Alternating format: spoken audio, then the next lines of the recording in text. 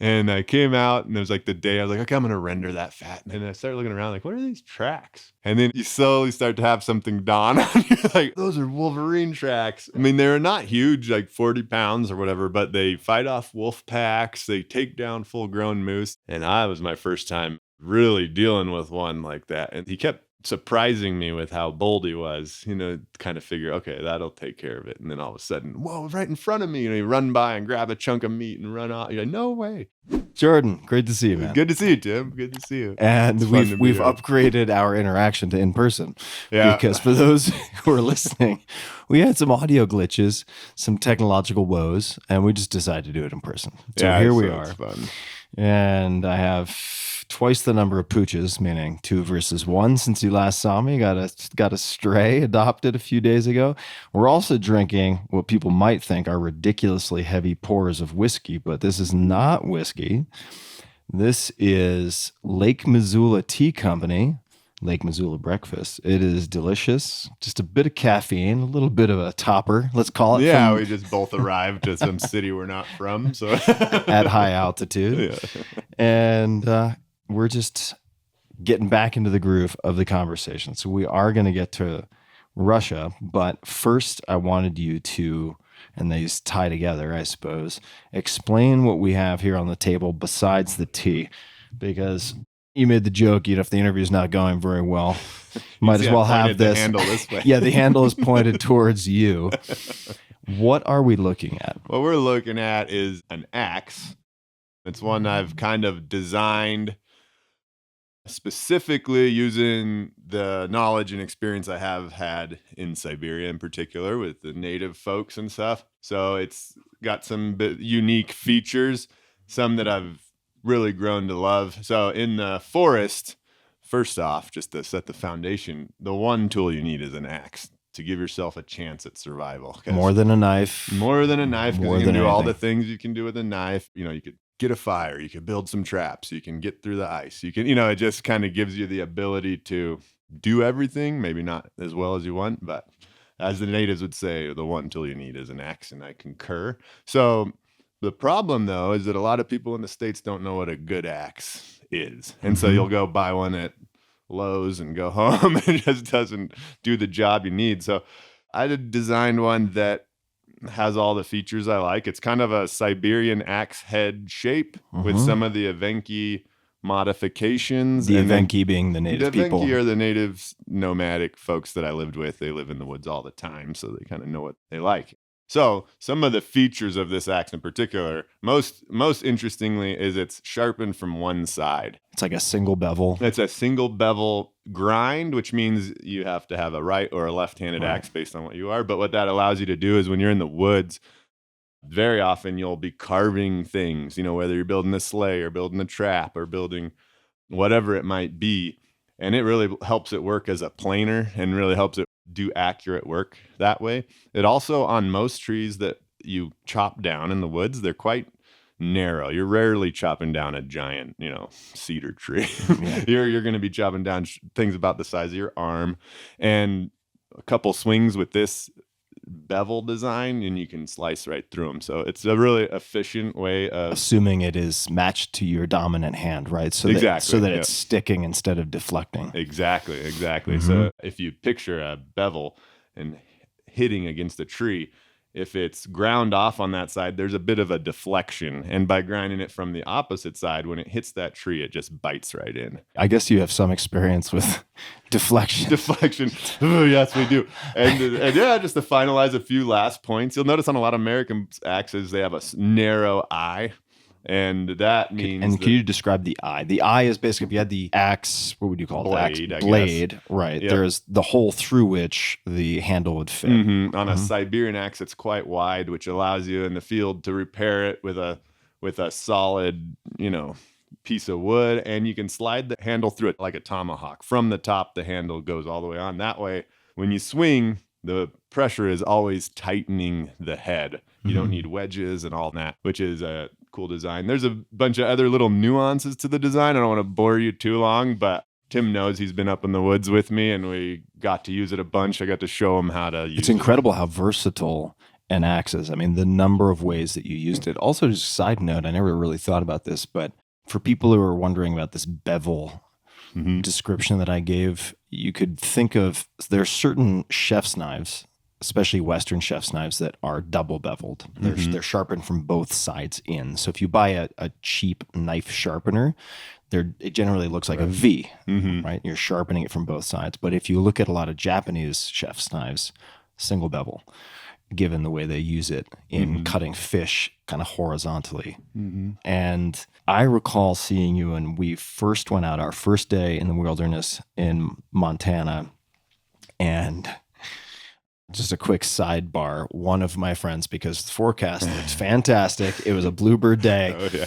And he's like, it was his first time going out on a real camping trip. And he's like, I think I might just leave the rain gear at the rental spot. And I was like, that is the last thing you would just put at the bottom, you know, like you stick it somewhere. And then it was torrential downpour for we got a legit downpour. Yeah, we got hammered. And even though it wasn't particularly cold, you end up feeling cold very, very quickly.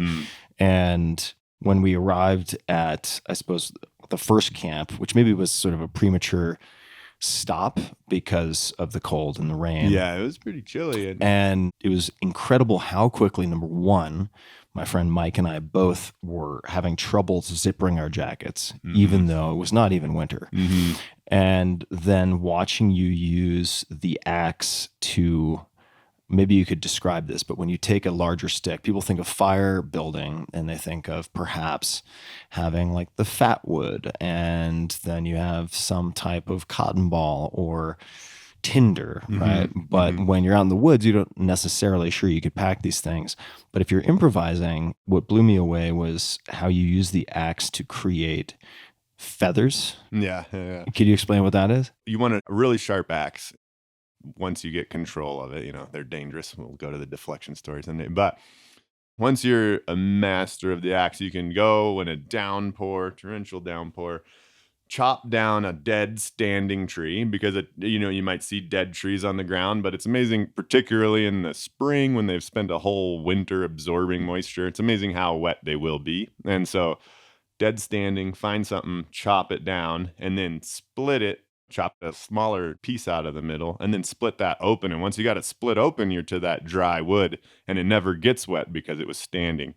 And so you then split that piece open a couple times. You get a nice edge on it. And then with the axe, you can just run your axe down that wood with the right amount of control and practice and make some really fine curls that'll catch a spark. So you don't even need a lighter, or you don't need anything like that. And what was also counterintuitive to me is you don't even have to take those off of the split piece of this internal wood. Easier if you don't. It's easier if you leave a big bundle of this curled So imagine, guys, if you would, you have, let's just for simplicity's sake, right, say that you have a fully intact log of wood that's about the thickness of your arm.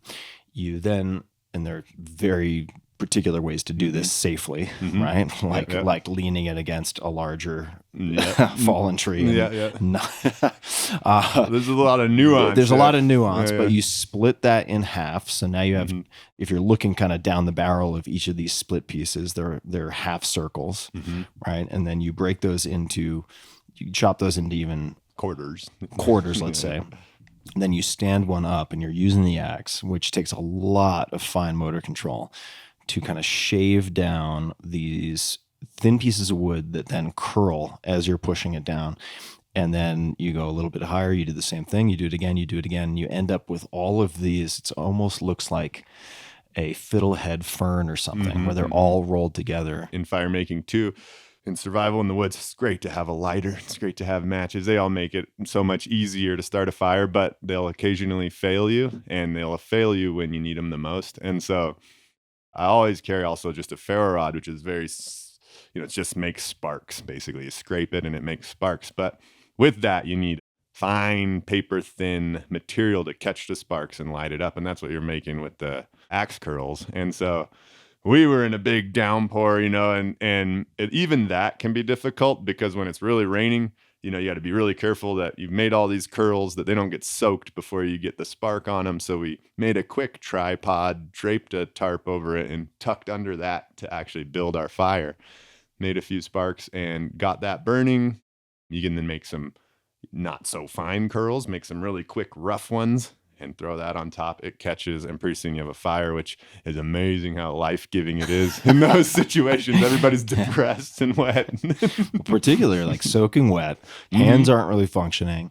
And then the fire, once you get a critical mass and you're able to warm your hands, my buddy Mike, I remember he said, he's like, yeah, no wonder we worshipped fire for so long. Obvious. All right. So this axe, and I'm thrilled to have one of these, and we'll put up an additional shorter video on my YouTube channel, which is just Tim Ferriss. What is your YouTube channel? Hobo Jordo, actually. And we will explain why. I have an Instagram at that too, which I'll just put videos up on. Yeah, so we'll put up some videos of the axe and maybe have you demo some of the more non-obvious ways of using it. Before we get to the rewind and looking at how on earth you ended up in Russia, let's not let go of the loose end of the deflection story. Yeah. So what does it look like if you get over enthusiastic and you don't quite have the control yet? An axe has a learning curve, especially when you have a really well-made axe and you're swinging it hard to get the jobs you need done.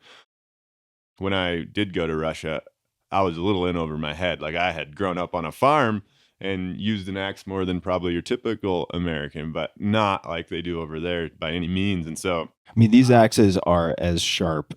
They're sharper than most kitchen knives you would find in an Airbnb. I mean, like, they're very, very sharp. Yep. And so they just use them way more than I would. And I was trying to keep up. I'm trying to be productive. And in doing so, I was in a hurry. So this is going to take a slight bit of a backstory, but the natives over there will build these huge, 30-kilometer circumference fences out of only logs interlocking. They have no nails, nothing up there because there are none around. And so there's a specific technique to doing that. Partly that involves chopping a tree down, and then you step your foot on it, and then you split that tree on that cut end. So you're taking a big swing and swinging right where your foot sort of is. And that tree is not flat like it was cut with a saw. It's got an angle like it was cut with an axe. And so there's a real deflection possibility there if you don't have it down. And so I'm trying to keep a smack hitting my boot. And, we're in the middle of Siberia. I can't get another rubber boot. We're working in swamps. It was very disappointing.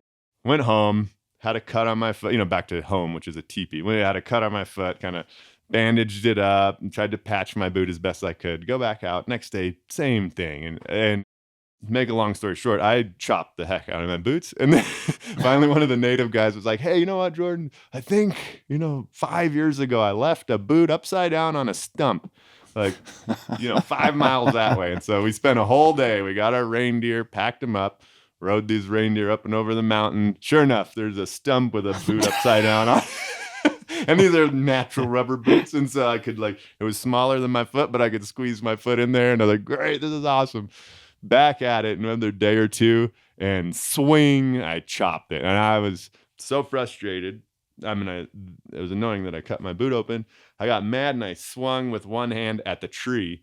And then here comes deflects off and rips right into my knee. And I hammered my knee. In the long run, I went and got it checked out many months later. But it was, I mostly severed the MCL, split the bone. It was quite a gnarly injury. And I was stuck out there. I had to crawl back to the teepee. I knew I was kind of in shock. So I was like, I got to get back to the teepee before I feel this, which was a couple kilometers away. So I kind of just bailed out, told everybody hey, I'm going back to teepee. And then I got there and man, it was a lot of pain. I had surgery on my other knee not long before. So that was my good leg I chopped. And I was stuck in that teepee for several days. I couldn't even move. I had to even to poop, I had a plastic bag. I had to go in that and then roll to the edge of the teepee and stuff it out. I couldn't even stand on either leg. It was pretty miserable. And they were out building that fence. So it was a few days later, they finally came back and and I was still recovering So on the TV floor. what did you do, or what did they do in terms of quote unquote first aid? Yeah, they're like, here's a poultice made of God knows what. Slap it on, walk it off, you'll be fine. I mean, which is mostly what it was. It was very simple. We went over to a spruce tree that was bleeding a bunch of sap out, and went over there and scraped a bunch of that sap off with the axe, and then just put that on my wound. This is right at the start, right when I got it. Packed the wound with that sap. Then I went back, and shockingly enough, we're out in the woods in the dirt and the rusty axe or whatever. It never got infected at all. Healed up as best it could. A few days later, when they came back, Andre, one of the native guys, brought me a little cane he carved for me, which was nice.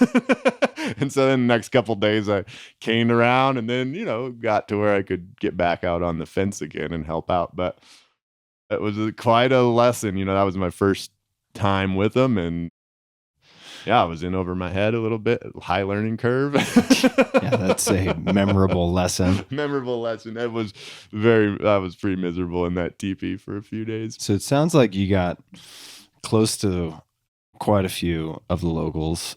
Oh, yeah. Can you describe, hopefully this is enough of a cue, because you told me about this when we were out in the woods, in the mountains, but it involves, we picked up a few Russian words on this trip, and I think one of them was durak, right? Yeah. So if that's enough of a cue in terms of warm welcome. Oh, yeah. What was your first arrival like? This is probably 2005 or 6, but I was heading over to Russia the first time and didn't know what to expect, but we land in the Moscow airport, and instead of having like a bus or something come up to our airplane, it was like a farm tractor, this blue farm tractor and a wooden trailer. And I was like, no way, get off the plane. And, we're climbing into this trailer. And so, of course, I took a picture, and this officer standing over there, durak, which means like idiot. And that was the first greeting of Russia. I came over to my phone, made me delete it. And welcome to Russia. And then, so that was fitting. I guess it's not that different from how you would probably get treated at JFK. Yeah, totally. Start taking pictures. Fair enough. A little bit of cultural ignorance. All right, so let's go back then to the impetus, the catalyst, just as a skeletal backstory that we're going to dive into. But where did you grow up? I grew up in Idaho, on a farm in North Idaho for the most part. And so did you grow up learning Russian from family members, then studying in school, and then going to Russia? No, I never thought particularly a lot about Russia, although I was really into history. And so I had read a lot about World War II, Russian war memoirs, so I had read and really was impacted by the Gulag Archipelago. So I had a familiarity with Russia, but it was never a destination that I had thought about. Lived a fairly typical beginning to life, got a job when I was 13, worked. And then when I was about 18, my brother invited me to ride freight trains, Okay. So that kind of sent me on a So path. We're going to skip forward from there and come back to why. Let's do it. Hobo Jordo. Yeah, exactly. So what on earth happened that led to actually getting on a plane? I grew up in a Christian household, and I had seen the fruit of that path in my life. I'd seen it in people around me, my family history. I really valued it, and it was really meaningful to me. But as I was, a teenager and growing up, I had a lot of questions that I hadn't had satisfactorily answered. And so I found myself, although I really valued Christianity and saw it as very good, I found myself in a place where I was struggling to connect with it on any level. And so I was in a fairly dark place as a young man there. And I remember at that time, I had read this particular verse, and it basically said, "He who follows the path of righteousness and is in the darkness continue." And that struck me at the time because, okay, there's people that try to do the right thing and are still in darkness, and so that's okay. But it didn't answer a lot of the questions I had, and I didn't want to bulldoze it all because I had seen that it was good. So, and I also knew I was young. And what do you mean by bulldoze it? Well, I didn't want to take my faith and Christianity and everything that it meant and just discard say it. this is, I'm going to discard it and go my own way as a 18-year-old. What types of questions did you have? Yeah, they were actually fairly simple. And this goes to the next answer, but I had my two main questions were one, like, surely the earth is not 6,000 years old. And then two was, I just had a hard time matching up Old Testament ethics with Christ's message. And I just didn't know how to do those things. And so I had a lot of what I would call cultural baggage. There's a lot of baggage with my faith, but because I recognize it as good, I was like, I'm going to try to stick with it, but I have to separate the baby from the bathwater. And that's kind of a daunting task because it's kind of a lifelong journey of faith. But I was given a great boost by the fact that actually Jesus did. He said in one part of the New Testament, he says, to give a summary, but what's the point of the law and the prophets? Like, what is all this for? And he says, love the Lord your God with all your heart and love your neighbor as yourself. So I was shocked when I read it because I was like, wow, wait a second. He takes all the bathwater and throws it out for you and leaves you the baby. Love the Lord your God with all your heart and love your neighbor as yourself. That was the whole point of the law and the prophets and everything else.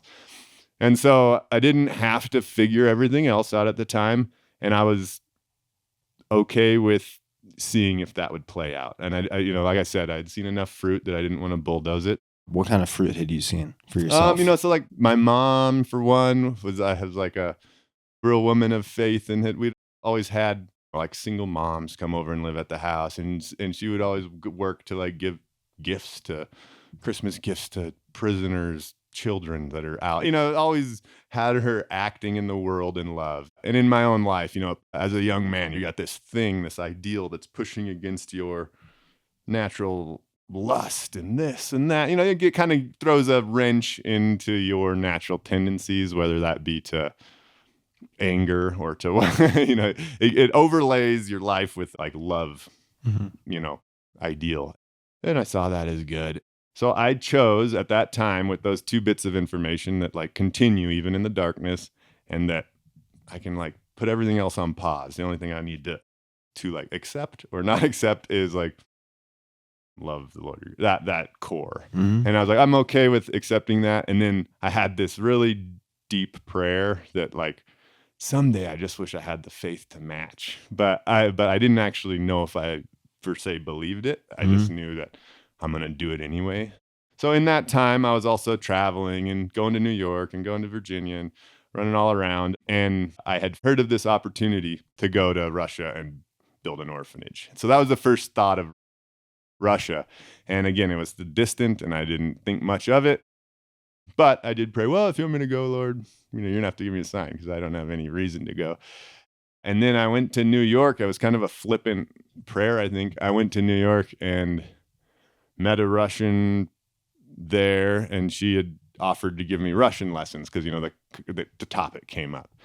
And I did, and I don't know what it was, but I think it was maybe, either putting a face to a vague idea or a act of God or whatever you want to call it. But for some reason, it hit me really emotionally. Like I went back to my apartment there, my sister's apartment, and just would cry like, oh man, like I felt like a heavy burden for, it wasn't even directed at her. It was directed at this vague idea of going. And I couldn't tell, even at the time, I was like, this could just be like, I couldn't quite explain it, but it could be explicable. But also I could just accept it as the kick that I prayed for. And so I kind of did.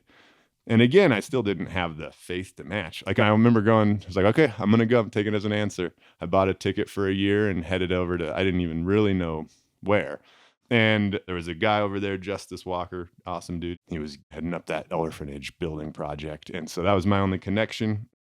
And then I remember on the train, I was like, it was hard for me to go because I had like a girl I had a crush on and all these, I had like a job. I wanted to pursue my education and maybe become an officer in the Marines, all these things I had ideas for. And then I was on this train and had given all that up, like on the Trans-Siberian Railway, chugging across. And I remember just like, Lord, if I could have one thing someday, give me faith to match my like a willingness to sacrifice. Anyway, so that was my kick into Russia. Kind of open-ended, and I just had one thing I was grasping, like love your neighbor as yourself. Let me see if I can implement this in the world in whatever place I am. I wasn't like trying to per se do anything other than that. Mm-hmm. Tell me if this is a fair read. Mm-hmm. I've often said to myself and to other people, and I absolutely borrowed it from someone else. I did not come up with this, but the general maxim that it's easier to act your way into a new way of thinking than to think your way into a new way of acting. Mm-hmm. Mm-hmm. So act as if. Act as if. That's very much so. Right. And I think particularly when you're dealing with something like apathy or love, or like how do you relate in the world? Like one thing that was clear is like, oh well, actually, if you're gonna actually love thing, it's an action, and so we're gonna do this. Let's try to, you can't be stagnant in that orientation. Yeah. But I think that's a good summary. Yes. How did you go from orphanage to Evenki? I went over to help Justice Walker build this orphanage. And that was neat, but it was just me, and he needed a lot of groundwork laid and wells dug, but he eventually had a crew lined up that was going to come over and actually frame the thing and put the thing up and do all that. So I was there kind of doing the groundwork. We dug a well and did all this stuff, but it was still pretty preliminary. And I was there for a few months, really enjoyed being in Russia, but I was struck by the fact that I actually really want to live with Russians, and so I told that to Justice, and he was like, well, let's call the neighboring village. He called him up, and the guy was like, whoa, yeah, absolutely, send the American over. My wife's in the hospital, and I need someone to watch my kids. So how long had you been there at that point? 3 months, I would guess. How much Russian did you speak at that point? Very little, very little. I was trying to pick it up, but that was part of the problem is Justice was he was one of the most well-read people I've ever been with. So it was so fun to just talk to him, and so it's a lot easier than working on your ABCs. Yeah, exactly. And so I was not doing it and when you first go to a country, you're so struck by how much you can communicate through non-verbally, and then you all of a sudden hit a wall. So you're like, okay, I wanted to get past that as fast as possible. So I went to that little village and was fully immersed in a Siberian village life right there. Yeah, it was pretty funny because I hadn't dealt with kids before or anything like that. Euro had to go back to his lumber mill job, and so he was big Russian dude, that big handshake. Oh, so glad you're here, and showed me around. And here's the kids, a 5-year-old boy and a 2-year-old girl, introduce, have some tea. Then the next day, he's already off to work. He'd pointed me where the grocery store is. And so I was in the deep end trying to take care of these 2 kids. I'd never done that before. Grocery shop for them. I didn't even know the language. And that was my splash into Russia proper, I guess, in that regards. And then how do you get into reindeer territory? So these guys, Yura had been to prison before, and who was that? Yura was the guy. Sorry, the Russian guy. The guy with the big hand to live with. Yeah, the big Russian. And his neighbor was Igor, and he had also been to prison. And these are all guys in Siberia with pretty storied pasts. They really enjoyed having me over there for when I was like really trying to just work hard, and it was so random for them to have an American that they would kind of tug-of-war me back between their 2 houses. That American? Yeah. So they both became like families to me. They both had kids and both a lot of fun in different ways. But Igor, the second family there, had been in prison with a native fur trapper from the far north.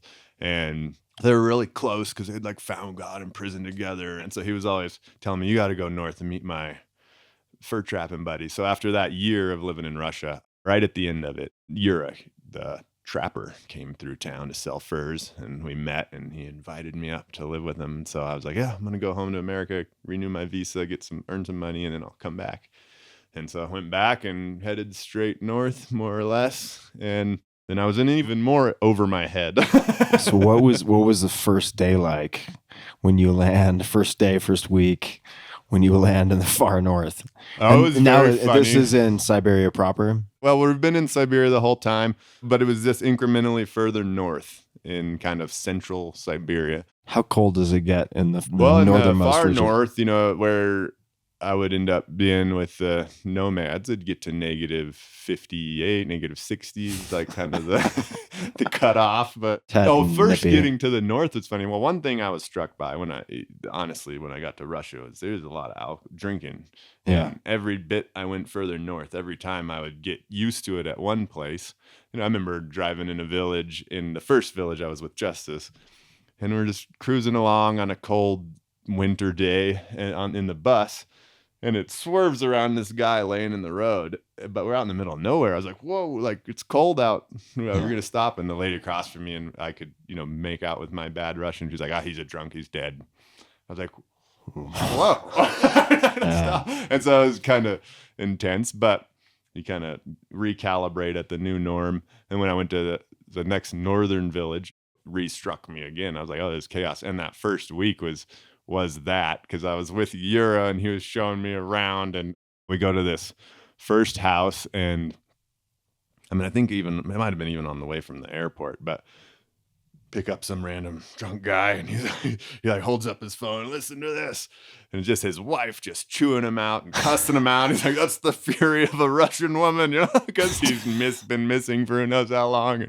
Let's see. How can I summarize some of what we were talking about at dinner last night? Yeah. Correct me if I get anything wrong. Like in the Evenki, you have these sustenance hunters, trappers, etc., with encyclopedic knowledge and wherewithal. Absolutely. I mean, it's just mind-boggling, right? I haven't had an opportunity to spend time in that region of the world, but certainly in Central and South America and Africa and so on.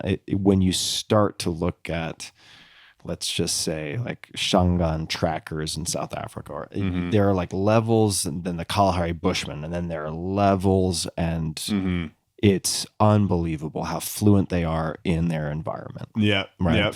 And at the same time, many of these groups have an Achilles heel. That's what it feels like. Which is alcohol. And to put it in perspective, what is the percentage of deaths attributable to homicide, suicide, or alcohol-related accidents? Statistic I heard for the northern native villages was 30% of people die from homicide, suicide, and having lived there a long time, like actually, I appreciate you stepping back a little bit, because I don't want to like air dirty laundry and not put the proper context. Like, I love those people, and they're my friends, and many of my friends have that issue, but it has really tangible consequences when it's at that level.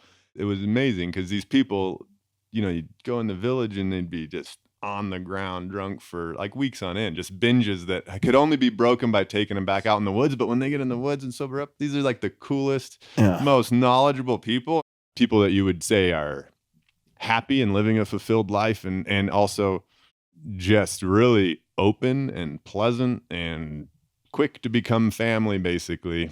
But it's almost explicable just in the cultural tumult they've had to endure over time, because it was just in the 30s and stuff that basically the Soviet Union and Stalin like kind of really grabbed a hold of what had been long before just a traditional way of life that continued forward alongside Russian fur trappers. And they grabbed hold of it with like an iron fist, forced collectivized it. All the people that were spiritual leaders of any kind, shamans, and everybody else got sent to prison camps. Anyone that was really productive, so like if anyone that had more than 500 reindeer were sent to prison camps as kulaks or whatever, and then they kind of just gutted the intellectual and spiritual soul from them, and then built these villages. They forced them to be them, and then instead of them having reindeer and being people existing freely out in the wilderness, they turned them into collective farms. So now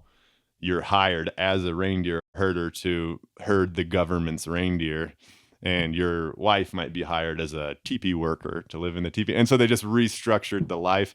The kids now don't live with you in the woods. They go to boarding school, separated the families. And then somehow they actually made that kind of work, and to some degree, the reindeer, while less independent than they were prior, they flourished in that they had big herds of reindeer, and people were productive, and alcohol was banned. So they kind of were quite productive. And then the Soviet Union collapsed, and overnight, all the reindeer just became for the highest bidder. So the Russians and people from out of town that had a lot of money just came in and bought all these reindeer that were grandpas and grandmas, blood and sweat, and just butchered them and sent them to the meat shops. And the reindeer herders like scraped together what little bit of money they could and bought a few reindeer and went back into the woods. The family I lived with, Ivan Viktorovich, was the old man when I first got there, and he was blind, but he was the guy that had like got some of these reindeer, took his sons out of the boarding school and raised them in the woods. It gave me a real appreciation also for the traditional ways of life, because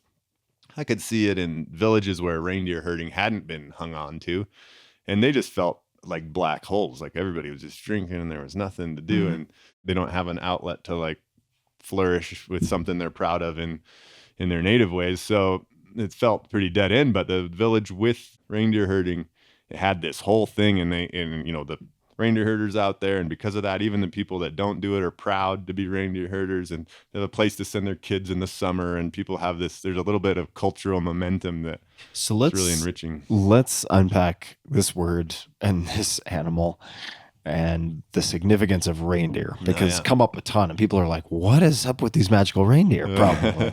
So first of all, just to paint a picture for folks, and this might not help, but how similar are reindeer to caribou? Very similar. You probably wouldn't recognize the difference, but they do have a slight genetic just from separation. So reindeer are technically in the old world, and caribou are the similar animal, but in the new world, so Canada and stuff. And they can breed with each other and stuff, but the results turn out poorly. Like they get the worst traits of both. In the old world, the reindeer were domesticated very long ago, like 10,000 years ago or whenever. So there's actually kind of become a bit of a domestic strain of reindeer. Like the natives now can't domesticate the wild ones. And if a wild one comes in and breeds with theirs, then it's always going to be wild. So it's been a way of life long enough that there's some even genetic separation between the wild and the semi-domestic. And what is the role of the reindeer? Why are they so important? Is it analogous to, say, bison for some of the Plains Indians in North America? Is it different? Well, I guess it analogous. Is actually, it's different because of the domestication piece. Exactly. I was going to say it's analogous in that, their whole cultural stories and everything are all connected with the reindeer, like with the bison. But it does differ because the reindeer actually practically make living in the woods, in the taiga, in those remote northern forests, a thing. Like it makes it possible to exist out there year round and have transportation. So they ride the reindeer like you would horses. And then they also, in the wintertime, ride them with, sleighs. They provide meat when the hunts don't go well. They provide the furs that, so they kind of provide everything. They also provide just the cultural context. Like you could go out there, sure, and set up a teepee and live and bring in noodles and, be just fine. But it would feel fairly dead without just the rhythms of life that are created by the reindeer. So they're really core to that. Sort of the rhythms. To the rhythms. And life. But also they're very practically, I always hated snowmobiles because they're going to break down and then you're going to be stuck 40 kilometers from camp. And like you said, your hands aren't working. You got to try to work on this whole thing. When you had a reindeer and a sleigh, no problem. You're fine. Yeah. And so there's a point that is interesting to make that I learned living in the woods for a while is like, you're home. You're just already home wherever you are. And so like when you have your reindeer and stuff, you're not lost. You're home. Like just where you are is kind of home, and you're able to take that and really embody it and become like a part of the wilderness in that way. So we're going to get back to hopping trains in a second, but you kind of passed over Gulag Archipelago and you're like, had an influence, it had an impact on me. It seems like that might be an understatement. I don't know. For people who are wondering, this is not a light, breezy 100-page read. And we're going to come to that in just a second. But what did your childhood education look like? I was homeschooled. So my mom took it real seriously, and she was pretty hands-on. And and teaching us. And I, for whatever reason, really got into history as a young kid. So even probably was 12, I read this big, I remember it was my first real thick book, but it was about Iwo Jima and like World War II and those battles. And then I got really into those memoirs, read a bunch of German memoirs from World War II, which were always crazy because they had to go through so much. And then the Russian ones, because anyway, got into all the memoirs and then somehow came across the Gulag Archipelago. And I was fairly young, I was probably 17, 18 when I first read it. And it impacted me in a lot of ways that were relevant to my, the little spiritual path that I was on before, because a lot of what he talks about is that happiness can't be our ultimate goal in life. We have to have purpose, and so. Could you, just for people who, and certainly I'm not intimately familiar with it, but what is written about? Alexander Solzhenitsyn was a guy who's on the front in World War II and wrote a letter back criticizing Stalin or something. And of course, he got checked and he got arrested and sent to Gulag, which were the Soviet prison camps that, kind of snaked their way all through the Soviet Union.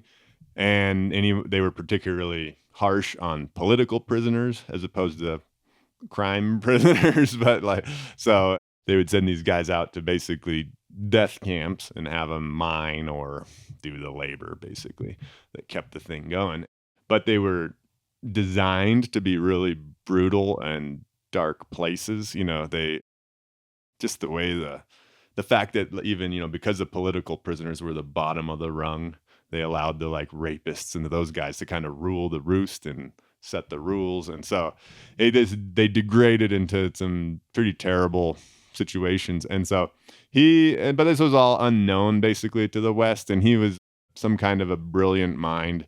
And he, over his 8 or however many years he was in the prison camp, had an encyclopedic ability to remember, maybe he wrote down, I don't know, but all these stories of people who had been through all these situations. And when you read it, I was just struck by man, there's all this little paragraph about this lady. That lady should have her own book. That's a crazy amount of tragedy and story and all the stuff packed in those books. Another example of something that really stood out was when you get in prison, everybody says to themselves, I'm going to survive, and then you add at any cost to the end, almost nonchalantly.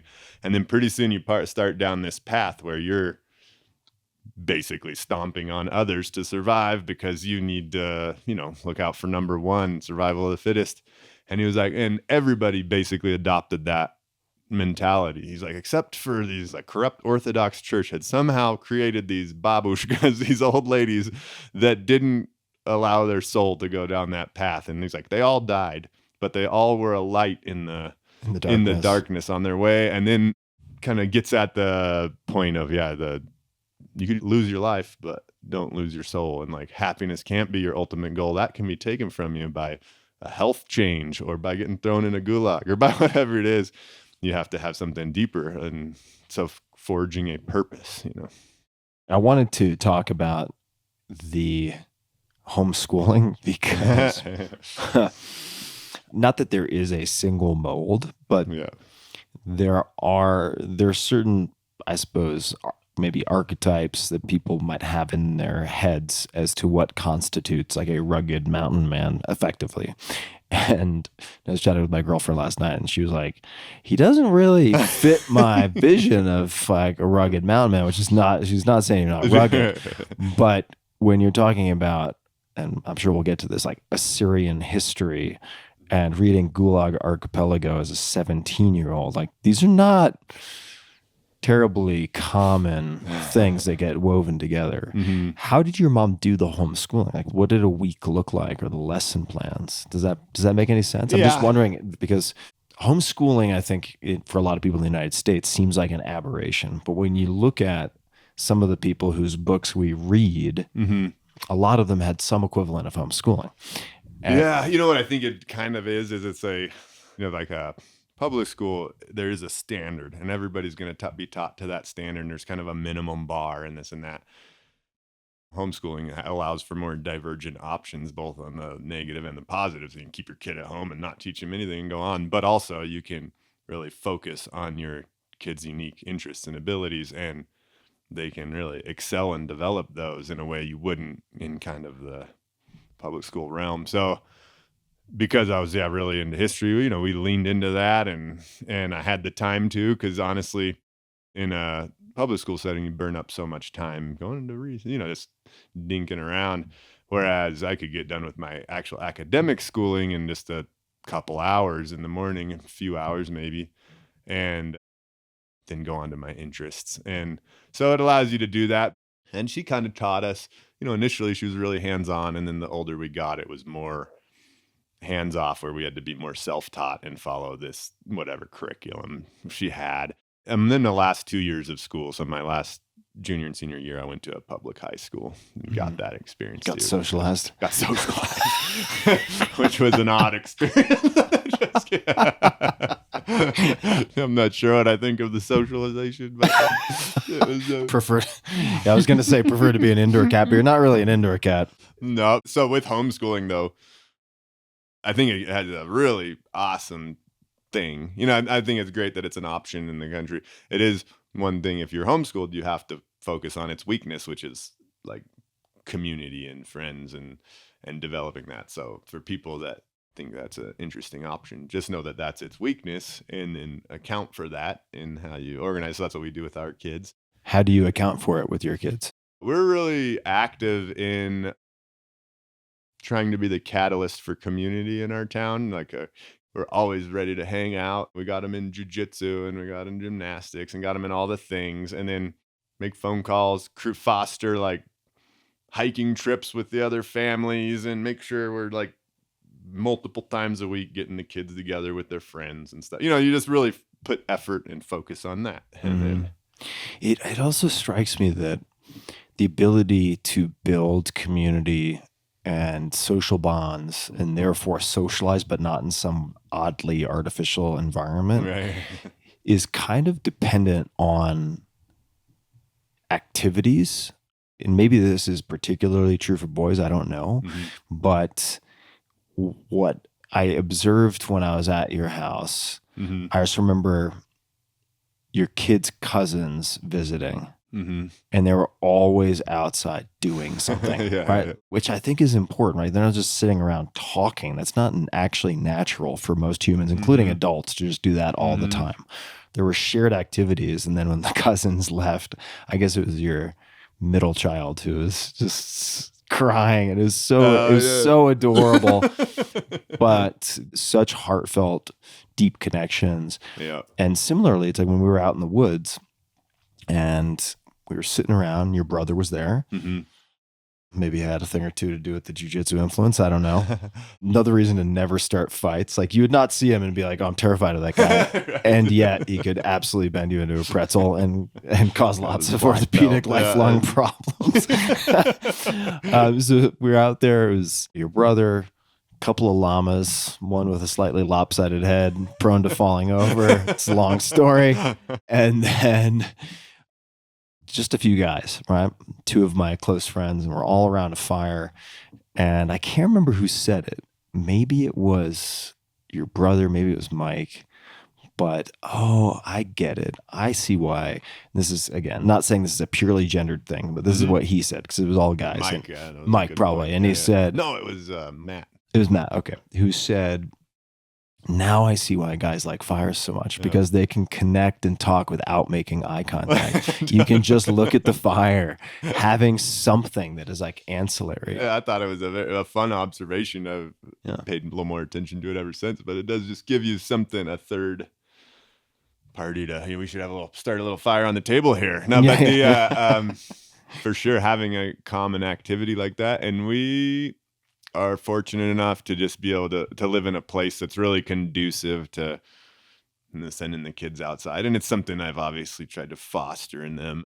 So they do spend a lot of time just running around and being creative. And, they don't have, one thing I've avoided a bit is phones and stuff like that. And I think it is fairly low hanging fruit because, you can see how they affect us in our everyday life. We get distracted and we get kind of disoriented with them, I would say. And with kids, it's even so much more acute. So they have to go out and run around and play and have fun. Well, you've also engineered this. It's a very fancy term to use, but like you've designed that into your life as a deliberate environment and place. Yeah, right? You could have been in a lot of other places. Yeah. And as, for instance, I'm training this very large puppy right now, although I think I'm being trained a lot more probably. In any case, very different personality from my other dog, probably mixed with Anatolian Shepherd, very stubborn. And when you're trying to train a dog like that, I remember a dog trainer said to me, if you're using treats, as an example, right, you have to tip with 20s because the bar is crowded, right? There are a lot of distractions. And when I think about kids, and of course, I do not have kids yet. I hope to in the very near future. Cool. But if you're sitting in an apartment in the city and you're like, kids, you can't use your phone, what are you offering them as an alternative? Right? It's like, what is the alternative that is more compelling?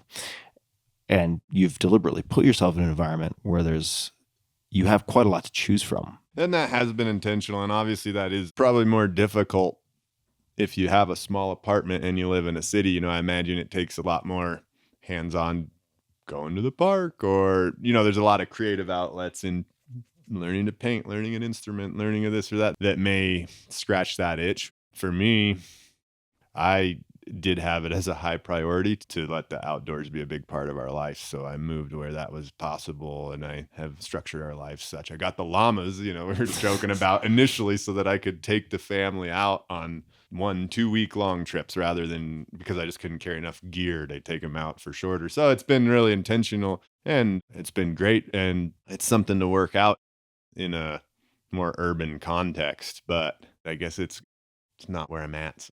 Llamas. People might be like, llamas? Really? Are we in the Andes? No, What's going on? Yeah. Why llamas instead of horses? The reindeer history now. When I first got back from Russia, I thought it would be amazing to pack with reindeer in America. So I lived in Idaho, and there was a law against owning reindeer north of a certain border. I contacted my legislature or whatever there, and oddly responsive. Pretty soon I was in meetings at the government with the government officials, and they overturned the law. So now you can own reindeer in North Idaho. Unfortunately, part of that was they had to be in a high fence. So it kind of ruined the ability of what I was envisioning to So you couldn't pack them out. Yeah, I couldn't load them full of gear and pack up in the woods.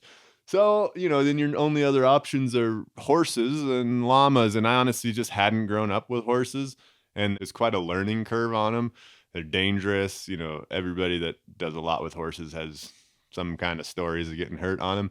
For people who have no idea, how big are llamas? They're about 350 pounds. They're a lot smaller. They're a lot smaller. And I'm sure there are cases where they might, but they tend not to kick. Yeah, they don't. They're very safe. And you can have mean, angry llamas, of course. You can have a bad, bitey dog. But, if you have a good llama, they're oddly chill animals. You can go up on the woods and they don't tear up the ground. They sit there quietly. The kids can ride them. So in that way, they're quite nice for kids. Obviously, adults can't, but they can pack the gear, and I can walk without gear as long as I want to. So those great advantages of horses, and I love them. But for me, the low maintenance and low risk of a llama, I was like, well, if I can't have reindeer, I guess that's the next closest thing. So, are there any terrain or sure-footedness advantages to llamas? I'm thinking about, for instance, horses versus donkeys, right? It seems like there are some advantages of using donkeys over horses. Everybody should follow Hobo Jordan on Instagram, because you have photos of the aftermath of some horses going cartwheeling down an incline. Yeah. Don't want to be caught up in that. Yeah, it's easy to get killed, I think. Yeah.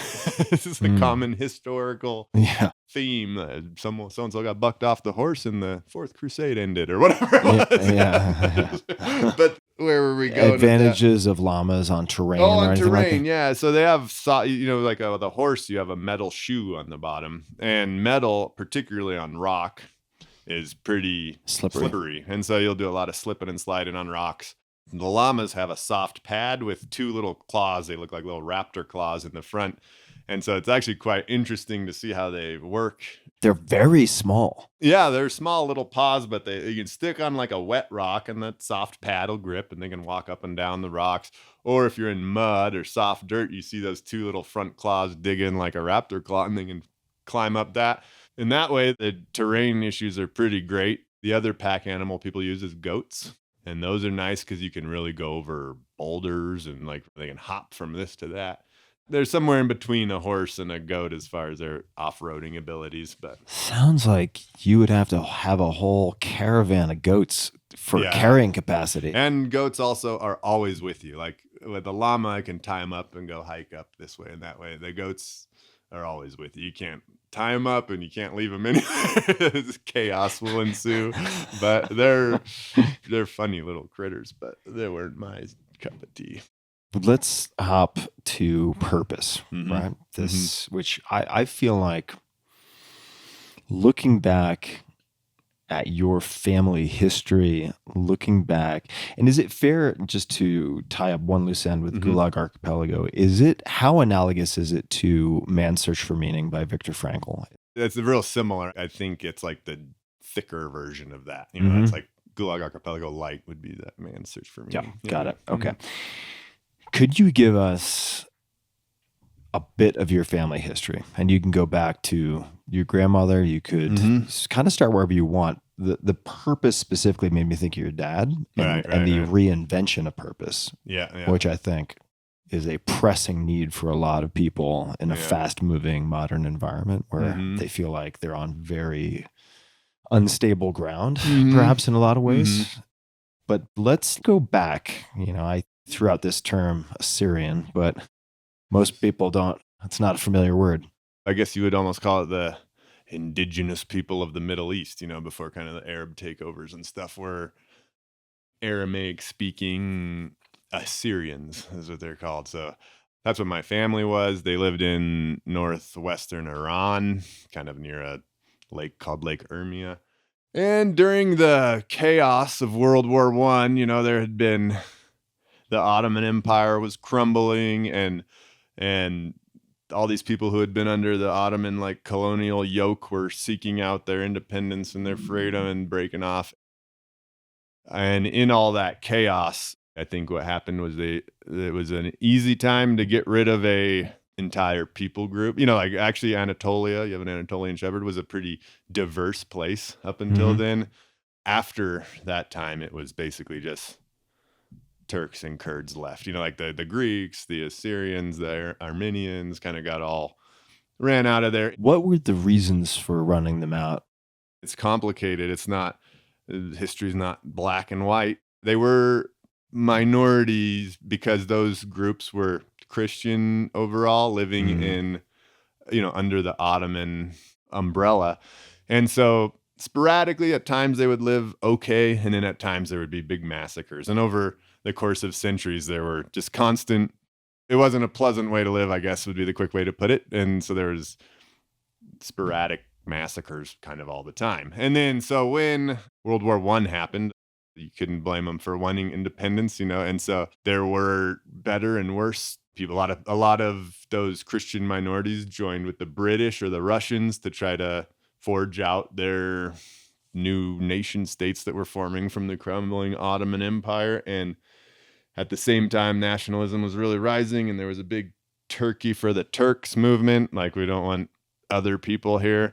And that was ultimately the movement with the most power. And so when the Russian Empire collapsed from the Bolshevik Revolution, they kind of left a vacuum in these areas that they'd kind of provided a bit of a defense for. And because of that, you know, crazy nationalist fervor that was going on, the Turks decided that they would just kill or expel all the minorities who, of course, some of them had been problematic, and that there was like these freedom movements everywhere, but collective punishment at a massive scale.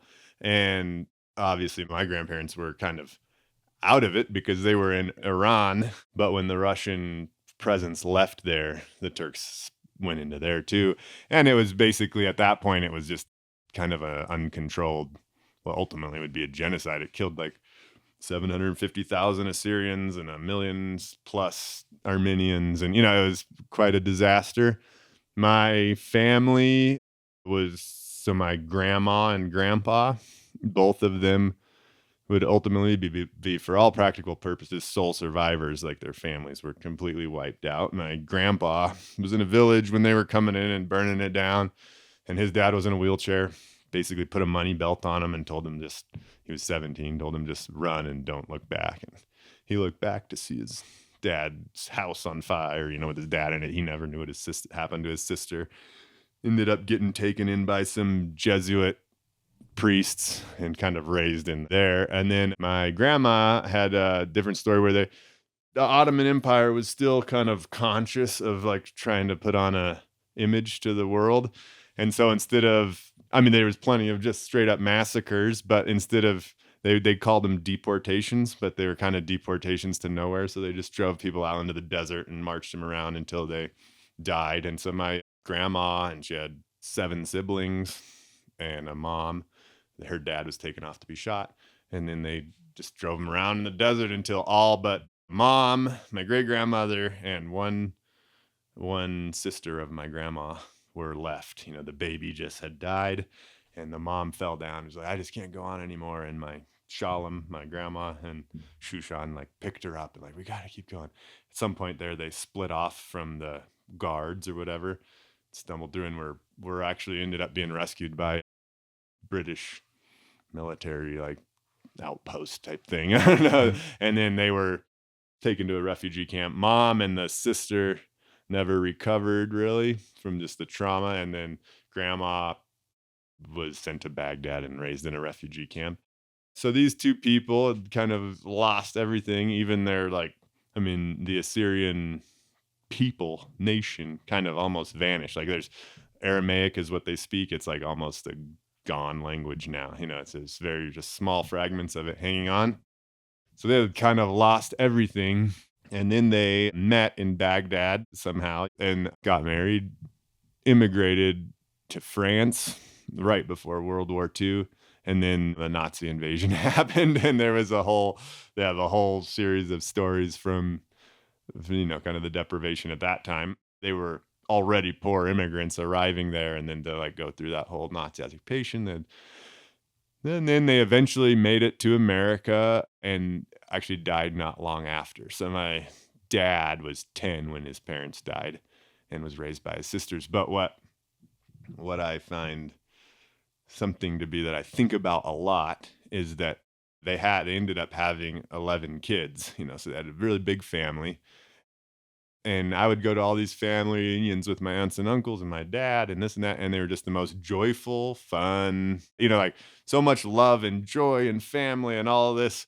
It was a real bright spot in my childhood. And then it was just that Jonas family stuff. And then you almost take it for granted until you step back and you're like, wait a second, we're one generation from, like, this is my grandma and her grandpa had their entire families wiped out and lost their whole culture and had to immigrate and give up everything and then had to do that again. But somehow they've raised like a really joyful family, like full of people. And our like conversations were never about like, those people did that to us. And like, this is what happened. It was never, hate was never the common language. It was always love and family. And now there's like some old grainy videos of grandma and grandpa and they're just laughing and eating, they raised rabbits and eating rabbit around the table and laughing. And you think, well, that's so interesting. I don't know what cross they bore. And I know my dad said his dad used to always sit in his closet and pray. And he's like, I'm sure he had like a lot to deal with, but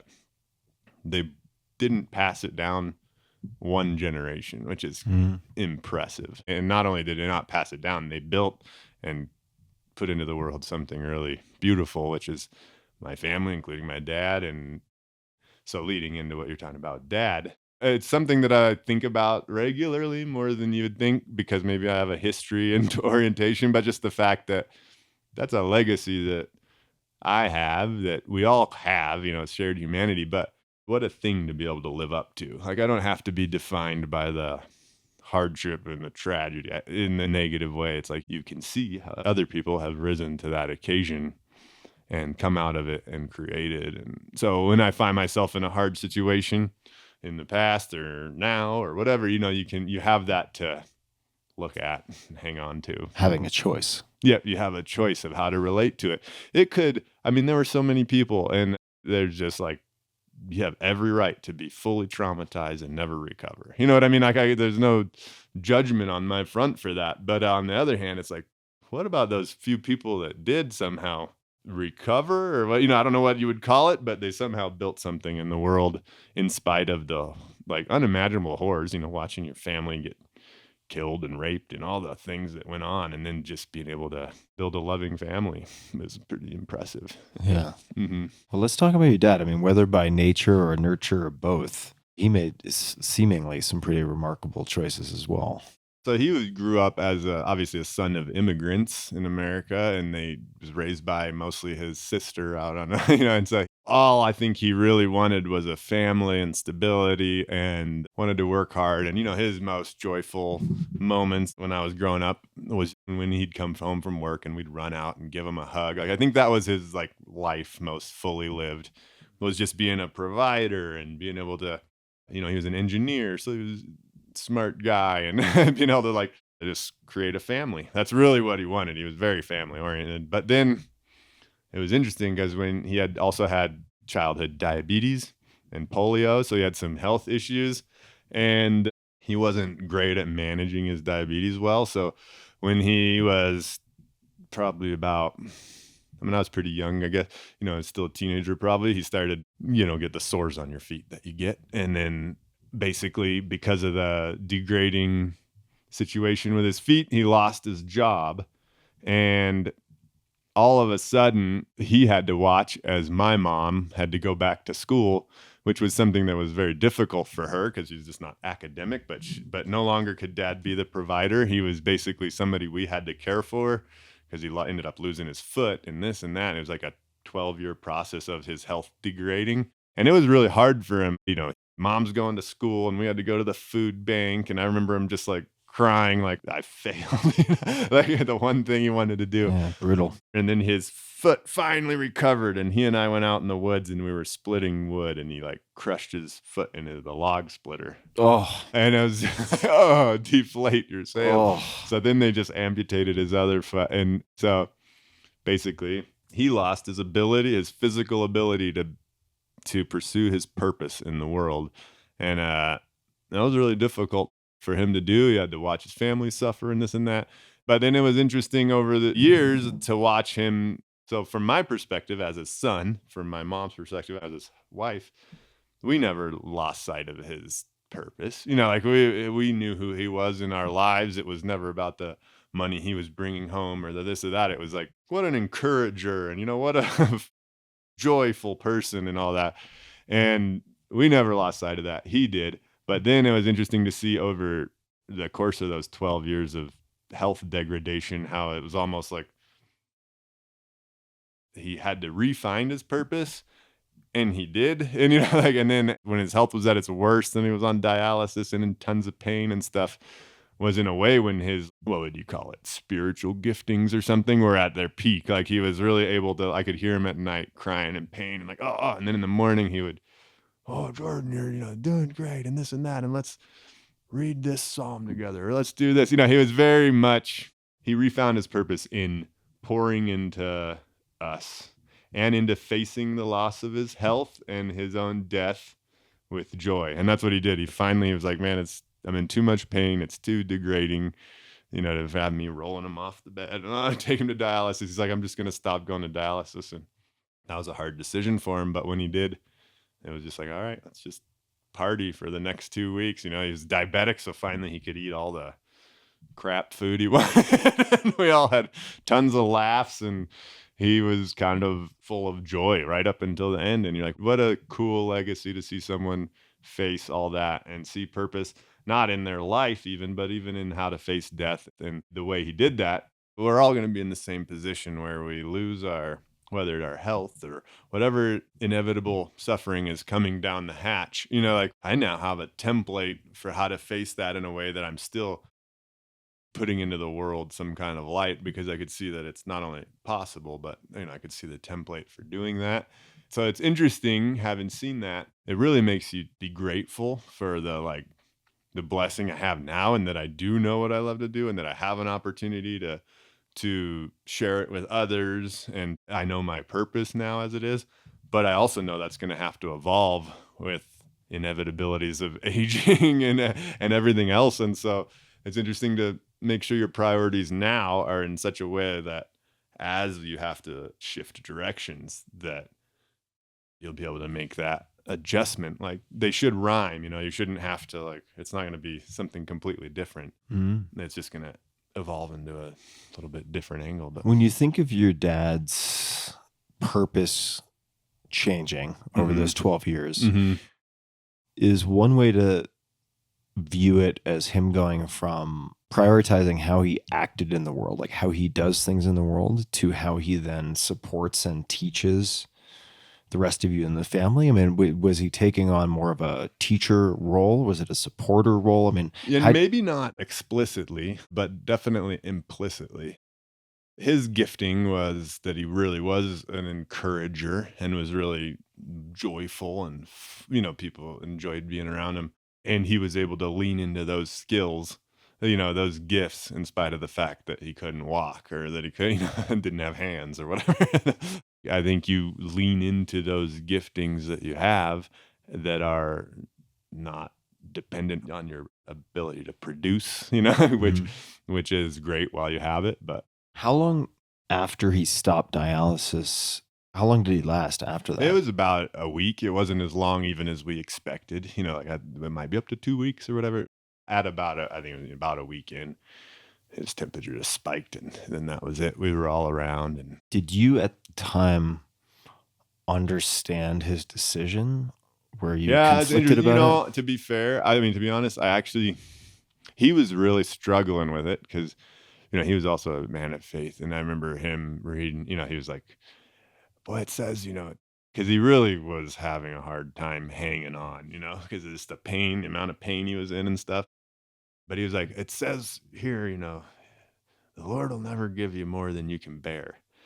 And I remember actually in conversation with him, well, that's actually not true, Dad. Like, everybody that's died was given more than they can bear. It says it won't tempt you beyond your ability to bear, which is a different thing. You're kind of on a different realm there. Yeah. And so we had that conversation. So it's not that I wanted him to hang on as long as possible, but I also wanted him to have the freedom to, we talked a lot about how it's weird in the modern world where you have this choice that we've never had in the past, where you have to now choose when to stop going to dialysis or stop doing this or that, or you can just drag on your inevitable downfall kind of forever. And so I think it just came down to the fact that he wasn't ever going to get better. He recognized that he was in a lot of pain, and I think he wanted to free, you can only do that for so long. And I think he wanted to, in a final act, you kind of free us up too, probably.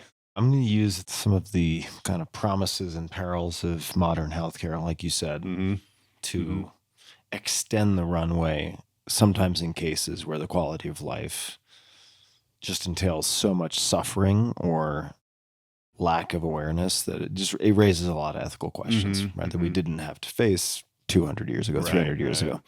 Just to take a closer look at modern living, and specifically where I want to go with that is maybe we could take it to our trip in the mountains, because particularly since we weren't doing any hunting, if you're hunting, then you have to time your rhythm with your quarry, and it's a different situation.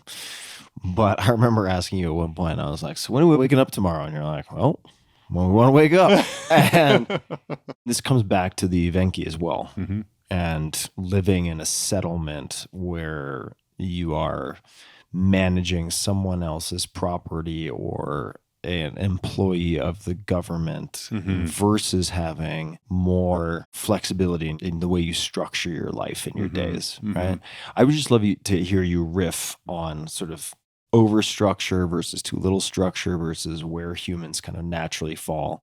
The first glimpse I got of this way of life that we've lost in the modern context was actually riding trains, where it's like you wake up in the morning, I don't have anything I have to do. I just got to figure out where to get food and water. And that's basically it. Can you give us like a minute or two of just like how on earth did you end up hopping trains? The quick minute or two of that was that my brother had, for whatever reason, done it for years. He hitchhiked and didn't like relying on people to pick him up. Somehow he heard about riding trains, jumped on one, and probably a lot to do with this freedom that we're about to discuss, just loved it. And in 10 years, he basically, or 7 or 8 or 10, however many years, he just rode trains. And at some point when I was 18 or so, invited me to go along. And so I did, which was probably a fork in my road, just from having a job and doing the stuff to all of a sudden. It's a pretty wide fork, being yeah. a bum. But what you glimpse, what I think is the appeal there, is that, yeah, that rhythm of life that humans are designed for, that we've lived for as long as humans have been around. It's like, then I would really get immersed in, again, living with the natives later, where you wake up and you have things you have to do, but there's no particular schedule. They're all directly tied to your existence right now. You're not working to make money to put in your 401k so that later it's just all very direct. It's like, oh, let's go catch some fish today. We're hungry, or the reindeer might be getting away. Let's go herd them back. And, you kind of have these activities that are directly related to your life. And in that, you would know the proper terminology, but it feels like your dopamine and your serotonin and all that kind of stuff is just lined up properly. Well, you're living the way that we have evolved to live. Exactly. You're in the right mold, basically, for that.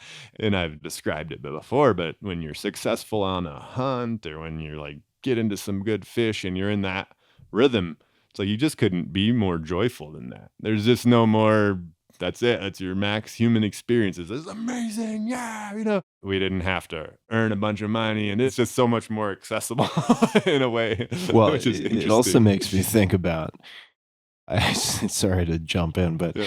when you were talking about your brother and his German Shepherd, Mm-hmm. who had never done any herding, and there are a couple of goats like running amok, and your brother started trying to gather them, and the German Shepherd just clicked into what it is evolved, or I should say artificially evolved to do, and boom, it was off to the races. Fully in its rhythm of life. Knew exactly what it needed to do. And humans are not that different. No, we're not. And we have so many layers on top of that simplicity that sometimes it all feels like hacks, as we know. Like even you look on your phone, I got 7 likes. Yeah. It's just a little hack of our berry picking receptor.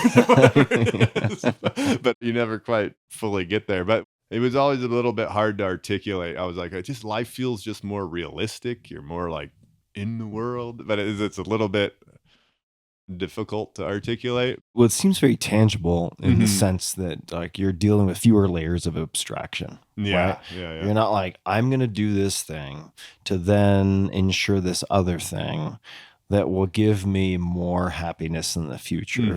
It's like, I know I'm going to need to eat in a few hours, or I'd prefer to eat. Need to eat in a few hours. You could fast, but you're like, I kind of like to eat. Yeah. I'd like to be warm. Yeah. Okay. I'd like to sleep tonight. So it's like, okay. Cause and effect are very related. It's very easy to track. And not just track, but like have the gratification of individual cause and effect. That's very tangible. And it was so much so that, and this is only a working hypothesis, but when I was living with the natives, I had the issue that it wasn't my native language. And as much as they were, I love those people and they're my friends, it wasn't like my family. It wasn't the people that you grow up with, But I was like, I wonder if everybody would choose this way of life if it was in a little bit more pleasant climate. And with the two modern, a little bit, maybe a -20 and not -50. Modern medicine and food security are amazing. But aside from that, it's like, I wonder if people wouldn't choose this way of life. Even people that just have no idea that they might like the outdoors. Can I give like a sidebar experience that sometimes comes along with this? You were talking about a little bit earlier today, but can you talk about the bear incident specifically that you were mentioning earlier, your friend with the gun? This was a time where we'd kind of gone out in the woods and we'd taken a bunch of the younger dudes that were living in the village and kind of drinking. And my fur trapping buddy has his big fur trapping territory. And he was like, oh, we should get these kids out there and just like spend a summer, and have them living off the land. And just because I'm curious, is this sable or what are they? Sable's what they fur trap. So we were spent out summer out on that territory, invited a handful of these guys, and it was great. We had a horse out there and, cutting hay for it and all that with the scythe and living off the land, basically all that we fished and hunted. Well, one day we came out, I heard my buddy was sleeping and he woke up and he was like, and you could hear the dogs barking like crazy. We woke up and I thought, man, that dumb dog, it just barks at every squirrel, this or that. And so I didn't get up and look. Well, then my buddy goes out to brush his teeth and runs back in. He's like, there's a bear out there.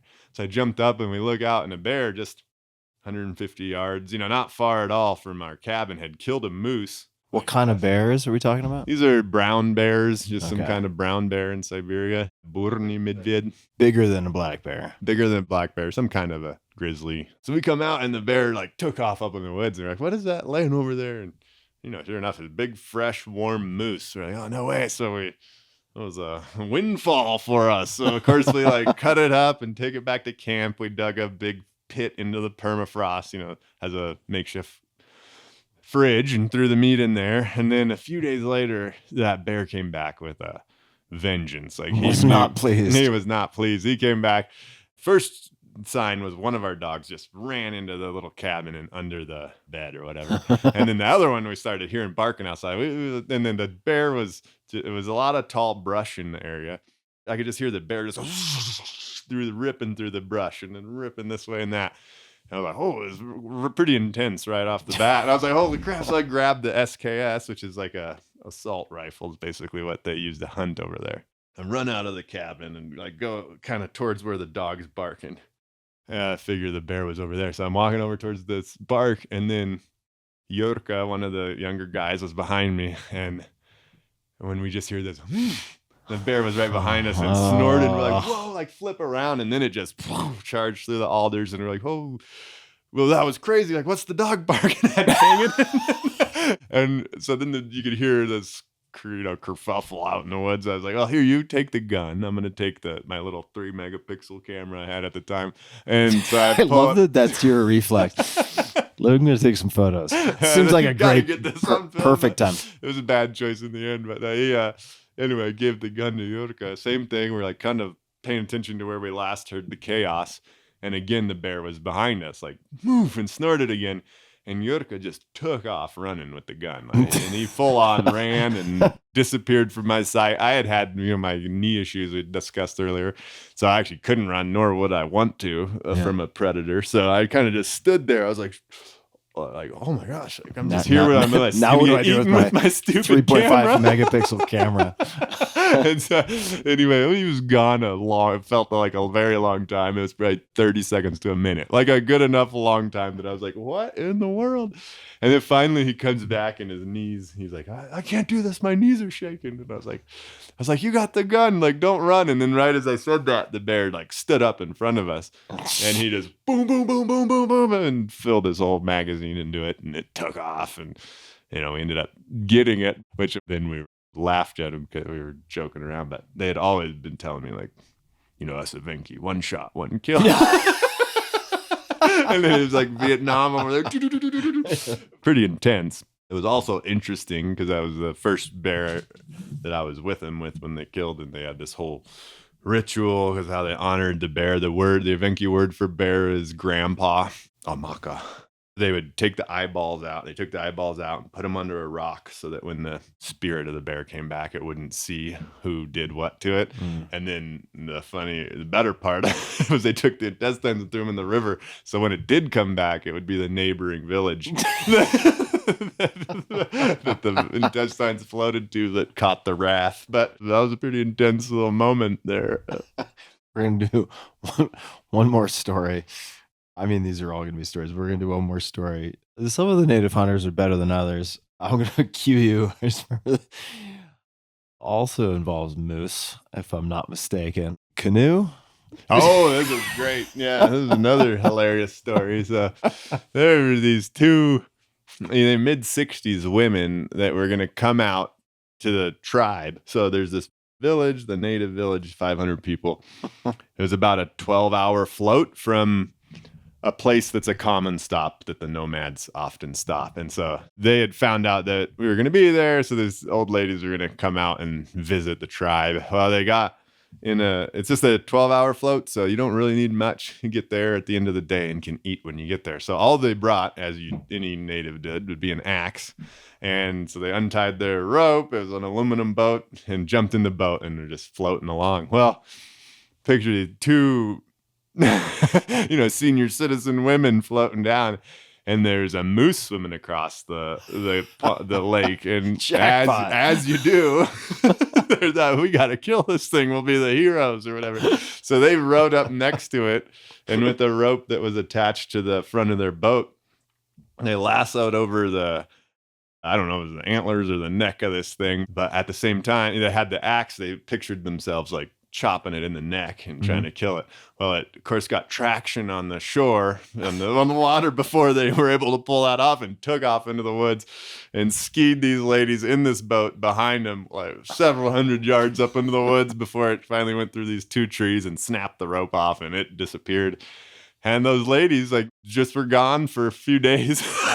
They had to sit by the side of the river till the next people. They couldn't carry their boat, so they just sat there until finally somebody floated by that could help them drag their boat back to the water. And the lady, they made it out. The lady was very funny because we then had to get back to the village eventually. It was by land, it was like a 30-kilometer reindeer ride. And that poor lady, and I had the same problem. I would always fall off the reindeer, but she was the only other person that apparently had that problem, because they just put the saddle on loosely. It's not like a horse saddle where you kind of cinch it up. Yeah. They just throw it on and it kind of wobbles, but they get used to it, and so they can kind of ride along. And it took me a long time to get used to, but obviously it took her also a long time. And I was walking, but we were in the rain, and that poor lady, every time we crossed a river or a puddle or anything, there was a swoosh. To keep lifting her back on. It was very funny. That was a great story. They're a different breed of people that when grandma sees the moose swimming across the river, decide to hatchet it in the neck. Axe its head off. All right. So I'd be remiss if we didn't talk a little bit about Alone, which is probably the only, let's call it, reality TV show that I've watched 2 full seasons of in the last, which were they? Decades, 6 and 7. Oh yeah, because the word on the street, otherwise known as the internet, was that season 6, which you were part of, and season 7 were 2 of the highlights. Yeah. With some insane fucking events that transpire in these 2 seasons. If you ever have to, I chose after elbow surgery to do hyperbaric oxygen treatments for a host of reasons. Sidebar on that, if you're going to do that, it needs to be hard shell, medical grade, typically like 2 to 2.5 atmospheres. Don't do any soft shell stuff. It's a waste of time. But what do? You're just sitting there. And especially in a hard shell, you can't bring anything in. But they set up TVs. And so my guilty pleasure turned into watching these multiple seasons of Alone. So for the season that you were a part of, because the format of the show changed a bit over time, but it was referred to along the lines of kind of the Super Bowl of survival, right? Right. And in your particular season 6, what was the format? The quick summary of the show is, the 10 people go out in the woods all by yourself. You self-film, and you get to pick 10 basic tools like an axe and a ferro rod and a sleeping bag and a few things like that. And then they drop you all off in different areas in the wilderness, and the person that lasts the longest wins. And hypothetically, indefinitely, I think maybe there was a year cut off, but hypothetically a year plus, you might stay out there if people really get into a groove. So that was the format of the season. It's a fairly simple concept. What was the location? Northwest Territories, Canada. So we were just south of the Arctic Circle. Not warm, ultimately. Not warm, but conveniently, very similar parallel to where I was in Siberia. So. Yeah, it seems like, having watched 2 seasons and some other shows also, that I mean, Alone is my favorite. I mean, you learn so much if you're into any degree of. It's a great show, honestly. You really learn a lot because you get to see a lot of different approaches and what seems to work and what doesn't. And there are multiple approaches that seem to work. Yep. Just don't build a cabin. Yeah, just kidding. Just I mean, no, seriously, don't try to build like Abraham Lincoln log cabin. That image in your mind, don't try to do that. But then you got like Stonehouse in season 7. Yeah. I probably wouldn't have tried to do it because I'd be afraid of blowing a gasket. For sure. But it worked. Yeah. Right? Very different from the shelter that you built. Yep. Let's talk about the tools for a second, because there were things that would not be obvious to someone watching the show that I found interesting. For instance, when we were out in the woods, you showed me, this is going to require a little explanation. So you'll have to explain what basic paracord could be used for. All right. But you've got this, looks like a transatlantic cable of paracord. Which was not allowed on the show. It was not allowed. Yeah, you had to have basic paracord. But it's a single cord that has like fishing line and filament and all sorts of things. Yeah, super handy. I've never seen it. What is that it's called? Survival cord. And it has tinder material inside of it. You can pull out. It's kind of a wax coated thing. Catches spark well. And then it has snare, like Kevlar cable. So you make a snare, and then it has fishing line, and then the regular string that usually comes in a paracord. And paracord is just string that has an outer sheath and then a bunch of little inner strands that are more like individual strings, and they're kind of twisted together and make for a strong rope. Or you can break it down into useful bits. Turn it into a gill net. Which seems to be one of the winning. Yeah, a gill net's hard to beat. It's such a passive way of collecting food, and they're What effective. is a gill net? A gill net, it's just a big net that you throw in the water and set in the water in such a way that fish swimming by get caught in it. Fish can't back up, so when they swim into a net, if it's sized properly to their body and gills, they'll get caught in it, and then they just sit there. So just for definition of terms, snare kind of similar, right? In the sense that you're trying to get a given animal around the neck. And you have to size it properly. Yeah, so snaring is another, in an actual survival situation, it's not the golden ticket, but incredibly important. It's also usually illegal in most places because it's really effective. But if you're really starving, you size to what you're trying to catch. So like a hare would be about the size of your fist. You make a piece of wire, or if you only have string, a loop about that big, set it on the trail and do some things to try to... Sorry, I'm laughing because another story just came to mind. So in another example of footage you're not going to see on the show, so I give them points, a medical team would come out, right, and check on participants, and I can't remember the exact parameters, but if you're like losing too much body weight, or they'd schedule occasional visits to get your SD cards, give you new batteries, and then just make sure you're not critically in danger with your health. Of organ failure or something like that. Now, I think you were telling me that at one point when they were doing a medical check for you, that you'd set up, remind me what this is called, for squirrel pole. Squirrel pole. Because squirrels like to run up things, and then across something you else. You ever have a power line in front of your house? So what is, explain how you, just roughly how you build this thing. And whatever reason, squirrels, they just love running up things and then across things. And so, that's why you see them running on the power lines and everywhere. And so you can take advantage of that to catch them by clearing all the branches off of a couple trees and then running a pole between those 2 trees and then throwing a couple snares along that pole. And eventually some squirrel will run up and zip across, especially if you see one in the area. What does that look like when a medical check is being done right behind? It was kind of funny because it was early on. It was like, maybe the second week or something. And they still had this crew member guy who I thought was hilarious because they really, of course it's Alone. So they try to be really stoic. They don't want to give you like actual human interaction. But this one guy was just like, whoa, hell yeah, this is awesome. Like, you really liked what was going on out there. But they all come walking in. Your setup. Yeah, for the medical check, and scared a squirrel, and it ran up and hung itself. And it was like sitting there kicking while the guys walked by. But he was that one British guy in particular. Oh, hell yeah. I was like, oh man, Thanks, guys. And so that was kind of funny, but they accidentally helped me cheat there. So how long did you ultimately last? 77 days. 77 days. Yep. And is it fair to say that last is the wrong word to use? Because my understanding in conversations with you is that it was, of course, television has to be edited in such a way that everyone is going through this crucible with, coming close to glancing off the breaking point and so on. Right. But it doesn't seem like it was that hard for you.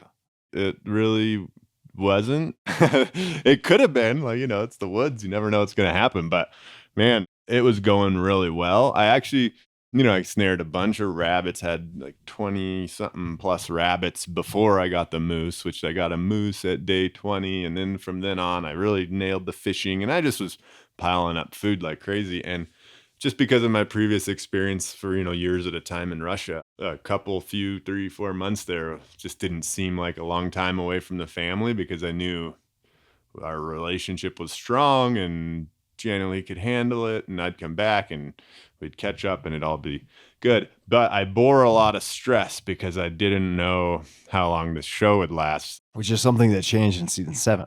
Yeah, it was a big difference in season 7.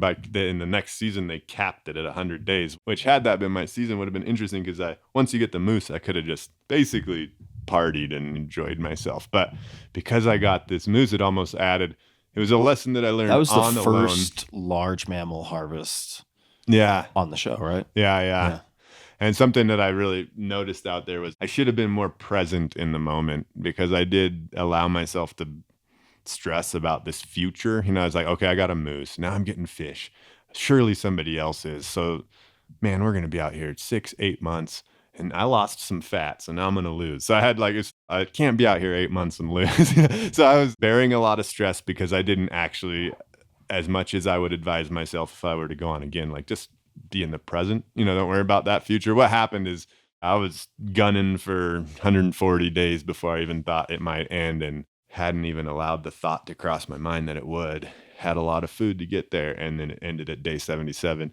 And I can't say I ever thought I was going to win. I went out there to win, because I wasn't like trying to prove anything, but you try to keep going stride, just see what happens. I'm just going to go out there and see if I can be sustainable. And I was genuinely shocked when it ended, and thought it was going to go quite a bit longer. Let me tackle a couple of things. Yeah. Because there are a number of details that I think might be instructive to get into. First, let's talk about the basic tools. Yeah. I'm amazed. I don't want to give too many spoilers, but like, one of your competitors made a shocking decision, which was to not bring a ferro rod. Yeah.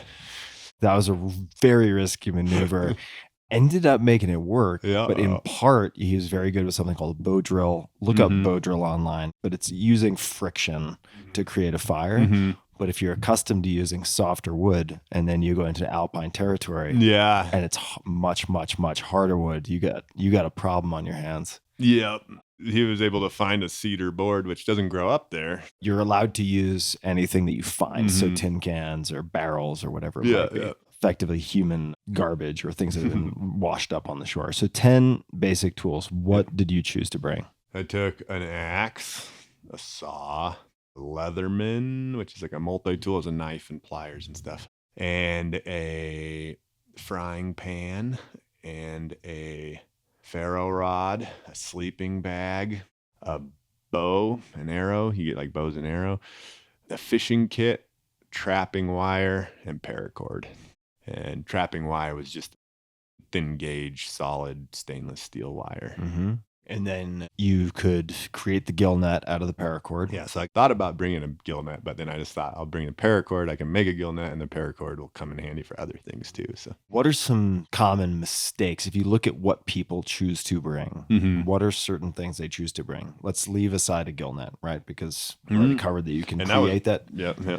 What are some other, would you say, mistakes common? I mean, I always, with my own biases, always think when someone doesn't bring an axe, I'm like, really? But I have my own, how are you going to get through the ice, and how are you going to, they're so handy. I brought a saw, which in hindsight, I probably should have just brought a gill net and had two instead of making the one. But I do think not bringing a fire starter is a poor choice because it's just so much stress. You have to bear so much stress of not letting your fire go out. Everything's harder. So you have to be really conscious of the fact that things like staying hydrated is super important. And so if there's an extra step to hydration, you're going to drink a little bit less water. So just to be clear, if you're drinking out of a natural source, you want to boil that water. Yeah, you'll want to boil it. So if you're going to boil it and then you have to like start a bow drill fire to boil your water, then all of a sudden you're also burning a lot of calories. Yeah, it just becomes a stressor. You don't want your fire to go out at night because you got to wake up. So I think that's a big one. Some people are really good with bow drills, but I still think it's not worth the trade-off. Yeah. Well, I was really into bringing a bow. I mean, you do need practice with a bow to be effective with it, but I can't tell you how much time I spent enjoying myself just hiking through the woods because I could maybe shoot a squirrel or maybe get a grouse. Well, that's something that stood out to me is that, and I think one of the stronger competitors in season 7 did something very similar where it wasn't that you would necessarily go out on a dedicated large mammal, or let's just say you wouldn't go out on a dedicated hunt, but if you went out to do anything, you just bring the bow. Take the bow, yeah, because it's like on your way to your fishing spot or on your way to get firewood, and it just gives you always something to do, and it gives you always that, oh, is there a rabbit or is there something, so you're more engaged. Whereas if I hadn't taken the bow, it would have been a lot of time where it's like, boy, what do I do? How many arrows are you allowed to bring? 9. Interesting. Yeah, I don't know why. Seems like a lot or a little. I don't know if they chose 9. Committee had a long debate that landed on 9. That's actually a substantial number of arrows. I never had an issue with What type of tips did you bring? So I brought blunt tips, which are kind of like judo points. Judo points, except they weren't specifically judo points to get the nuance. But yeah, you don't want a sharp blade when you're shooting small game because you don't want to just shoot right through the animal. You want to like hit it and blunt force kind of to knock it out and kill it. And so for small game, I had 5 of those, and then I had 4 broadheads, which are just sharp blades. How many blades? 2 blade. They were VPA, like just solid steel broadheads. No, just so that they were tough and I could, sharpen them on the fly and all that. So the moose. So corralling or fencing, I mean, fencing gives people an image that maybe is not exactly the right image. Right. But animals are really good at taking the path of least resistance. It's something you employ when you're trying to snare them, when you're trying to do anything to catch an animal. You just take advantage of the fact that we all take the path of least resistance. What do you do? I was actually out there and I'd done a lot of calling, a lot of placing my shelter in the proper wind location and doing all this to try to make a moose encounter happen. And I had set up a tripwire that would signal a tin can so that it would, like, if a moose came by, I would know. And then I went out, had a 40-yard shot at a moose and I missed. And long story short, it was a big fail on my part. But I remember watching that moose run away, just like, oh, you idiot. Like, how'd you do that? You get used to screwing up and failing. When you're in the woods like that by yourself, whining isn't going to help. There's nobody else you can blame anything on. It's like, you literally better solve your problem or you're screwed. So it's like, I was disappointed I missed the moose, but at the same time, I was immediately, it's still running away. I was like, how do I make this happen again? It just made me more determined to learn from what I just did. And then as I was watching it run away, it just kind of dawned on me that I don't know how far apart, but say 500 yards, there's just kind of hills, 2 hills. It's not like there were cliffs or anything, but hills. The animals are going to go through the low point there because it's easy. And then I just remember, we built those fences in Russia. Like, should I really? Because what had happened is it had come on a kind of unexpected path. So I wasn't really quite set up to get them. But I was like, well, I guess I'm not here to starve. I'm here to make it happen. Like, I'm an action-oriented person in that way. So I went over there and decided to try to build one of those fences and funnel because I remember even the natives saying before guns, they used to funnel animals with fences like that. So could you explain when you say fence, right, that might involve chopping down some saplings, kind of knocking Yeah, so it's a them real over, basic. Yeah. so that you're creating obstacles something like a moose does not want to have to step over or navigate. So they go kind of where you intend them to go. Yep, yep. So I had kind of set up the same tin can alarm system, and then I had found a nice shooting bush that I could shoot from and get to with relative cover. And then I built a fence. I hadn't even finished it when it ended up working, but with the natives, we do 4 rows. So 4 rows of thick logs kind of stacked in such a way that they hold up into a fence look. Okay, so it did look like more it did of a look like a fence. fence when it's done, but I just initially did 1 rung, so the first rung, and ran it all the way across. How long did that take to create? Probably a couple days. I was going to can't say, it remember. sounds like yeah, it was a good lot amount of work, and I was like, it was a calorie risk and expenditure, but it was clear I wasn't going to win if I was starving, and so I wanted to like get food, and so I built that funnel, and then actually not long after, I was out pulling again, I hadn't even finished it yet. I was pulling a rabbit out of a snare of all things, and I heard that can clank. I was like, oh, what is, something's coming, no way. Ran over there, snuck up to the bush, and that moose just came strolling along my fence to the opening where I was, and it worked amazingly well. It was the morning after I'd spent the whole evening calling the moose, and was able to put an arrow in it in What was the distance on that? like 24 yards. See, I mean, that's like, right? Doable. That's the payoff. 40 yards. I mean, look, Yeah, I mean, I do a lot of recurve, and I would not put money on myself for a 40-yard shot on a moving target. Nor would I. But, Yeah. but when you're starving. Yeah. Oh, yeah. But, Sure. if Why you have not? a couple shots, it's actually doable. You can kind of correct. But in my miss, I had only had 1 arrow with me at the time. So I hit it, and it was actually felt like a really good shot. But he took off, and I was like, I'm going to wait an hour, let him kind of just calmly, if you're bow hunting, one thing you realize is like a lot of times the animal doesn't see you when you shoot it, and it's quiet and it gets hit. It doesn't know what happened. So it's going to run over somewhere and like lay down. It doesn't feel good. And so usually that first place it lays down, because it doesn't think it's getting chased per se, it just lays there, and then it slowly bleeds out, and it's, about as calm of a way you can probably go as a wild animal. But what happens if you get too eager and start running after this animal you put an arrow in is if it sees you, it'll then know it's getting chased, and they'll get this second wind and just take off and run. And by then they'll no longer be bleeding as much. And very often people lose animals like that. So fortunately I was aware of that, waited a good long time. And then You waited a while also. I mean, more than an hour ultimately. yeah, it was about an hour, and then I started tracking it, and it's a great blood trail, and then it just started to dry up, and the ground had been like an old burn, and so it was hard, and there weren't tracks. And I was like, no way am I gonna lose this moose. You start getting stressed, like, no way. And I had that lost its blood trail, and I was just sitting there thinking, I was like, well, the last thing I can do is it's gonna take the path of least resistance once again, particularly when it's wounded. So I did it a few times where I stood in the woods, and then you just kind of walk through as if you were going to go, where does it take you, and go with the flow. And sure enough, 500 yards up or whatever, there it was laying there. I was like, oh, no way. Ducked down, and it was still alive. And so I was 50 something yards away, and it's like, man, I can either try to stick another arrow in it, in which case it's either going to run away, maybe I kill it, or maybe it charges me. And you got a 30% chance of each. So my best bet is to just watch it and let it calmly finish its process. And so that was a very long couple hours, honestly, watching it. It would stand up, and my heart would sink, like, no. And then it would lay back down, and like, yes. It would stand up. It's a very emotional roller coaster. And finally it stood up and tipped over. And we were talking about earlier, but the joy that I felt was irreplaceable, and I almost can't match it. Just that demon of starvation that for 3 weeks now, just chewing at you. You're going to starve. You slayed that. How much meat do you get off a moose like that? Oh, it's hard to say. I probably I'd be a little bit guessing, maybe 400 or 500 pounds. I don't know. Yeah, it's a big animal. Yeah, big animal. And then you have all the bone marrow and the brain and, organ stuff.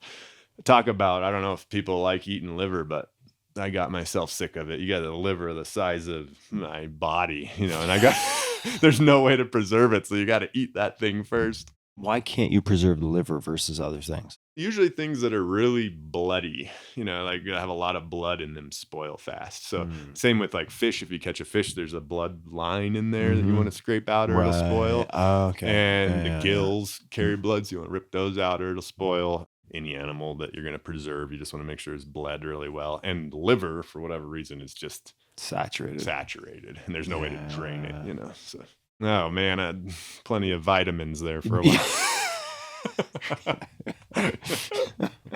God, I'm just thinking of the OD of vitamins that you have. I know, yeah, it was a little bit of a concern. Yeah, for you adventurous eaters out there, don't eat a polar bear liver in one sitting. Yeah, that's fatal. Vitamin A will do you in. So you mentioned you had some fat stolen. Mm-hmm. Noticed some very unique earrings on your wife this morning. Yeah. These may tie together. Yeah, they do. What are Just the, so happens that yeah, what were the earrings? Man, so you're out there and things are going well, but you're still living on the edge, and little mistakes can be the difference between surviving or not. And so, even the process of keeping yourself hydrated, like we talk about, is elaborate and involved and thought out.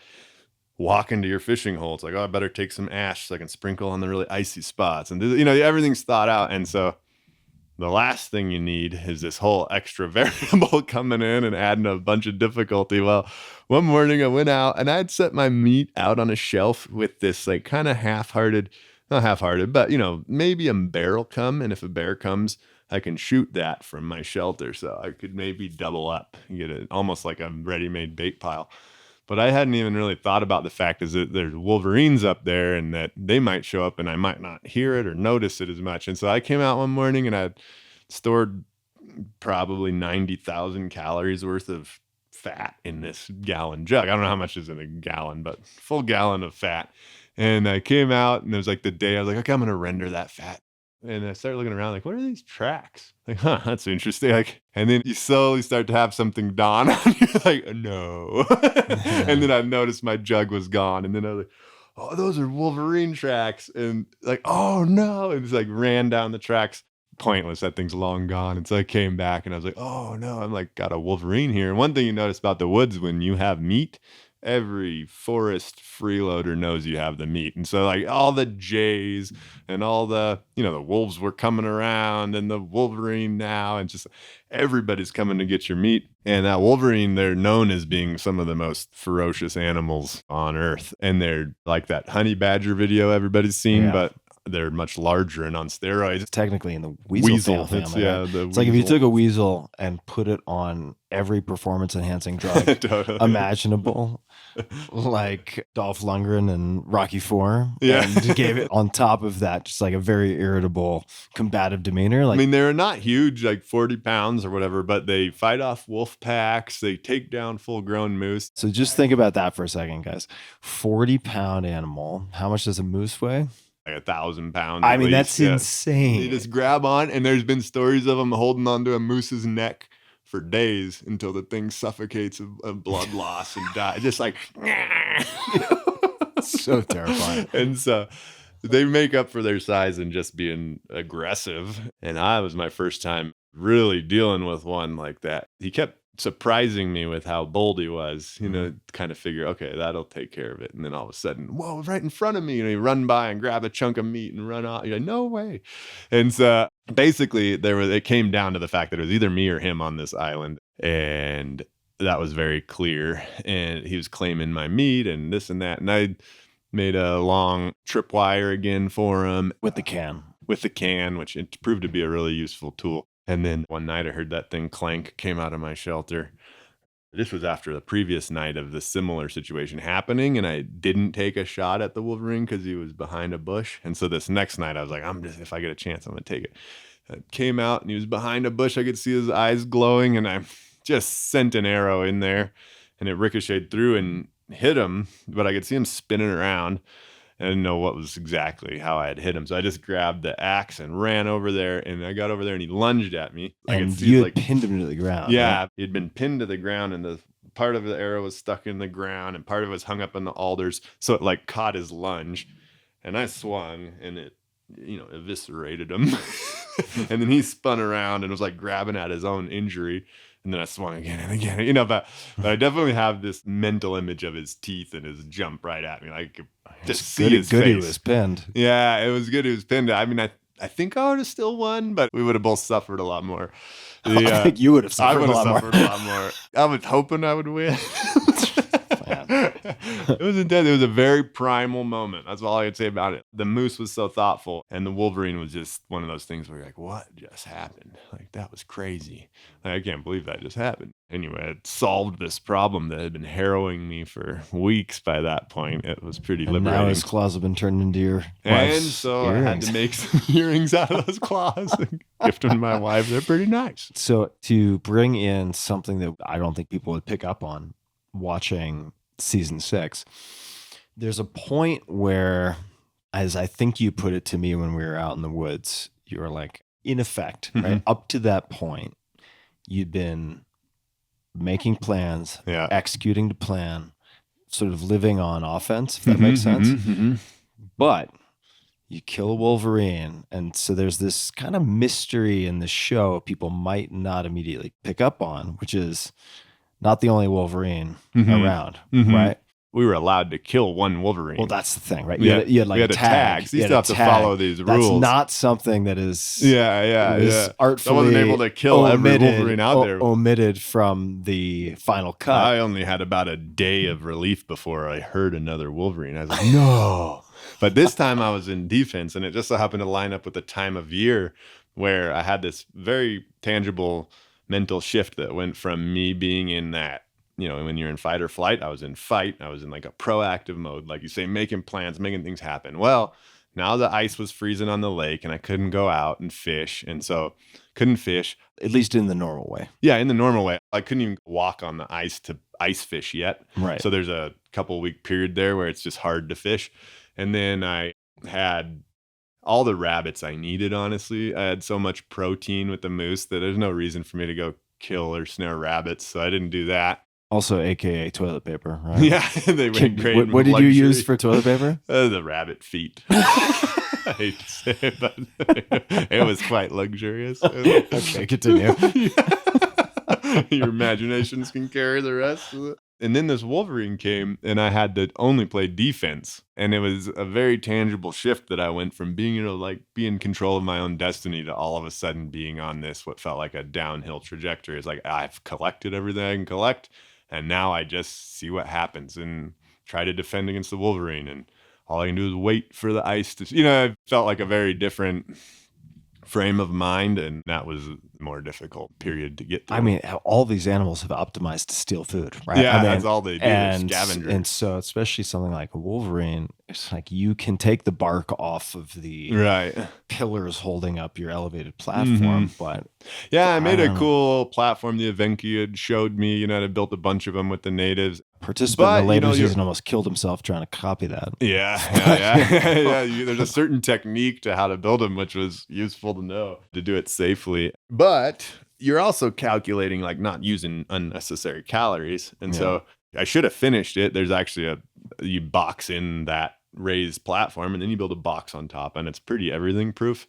But of course, again, that Wolverine kept surprising me. So I had built the platform, done a few tricks to try to keep it from getting up there. And then it got up there. And by then it was like, shoot, I should have built the thing. But, you know, anyway, so, learning on the fly and trying to react accordingly. But most people in modern life, they have their, I'm making this up, right? Random meal, but they'll like salmon or chicken breast, some veggies, maybe some pasta or sweet potato, who knows? But you mentioned the fat being stolen. Oh, yeah. People can look up something called rabbit starvation too, but how important is fat? Yeah, you learn that really fast also. And that was the first time just solely living off the land that I had, where I didn't have any noodle backup or anything like that. And so for an extended period of time, I was curious how long you could live off a rabbit. I was curious how, all this kind of stuff. And what I learned quite quickly was your body needs fat right away. And every day you're burning your fat reserves or fat you're bringing in. The protein, it's actually more attainable out there. There's a lot of little animals and a lot of things, even mushrooms have protein in them, but the fat is the bottleneck of survival for sure. And so that's why we love it, I guess. But it just proved, and it was so interesting to observe the animals, just how honed everybody was in on just the fat. The Wolverine, the crows, the jays, everything would just try to get the fattiest part of your fish or your Eyeballs, meat. Eyeballs, brains. brain, skin. And they would leave the chunks of meat, like a big fish. They'd strip the skin off, eat kind of the fatty belly area, the eyes. Grizzlies and do leave the it. same thing too, right? Like when they're grabbing salmon. So you can if learn. they're plentiful enough, they eat the brain and just leave all of the meat. Yep, it's pretty interesting. So that's the fuel of the forest out there.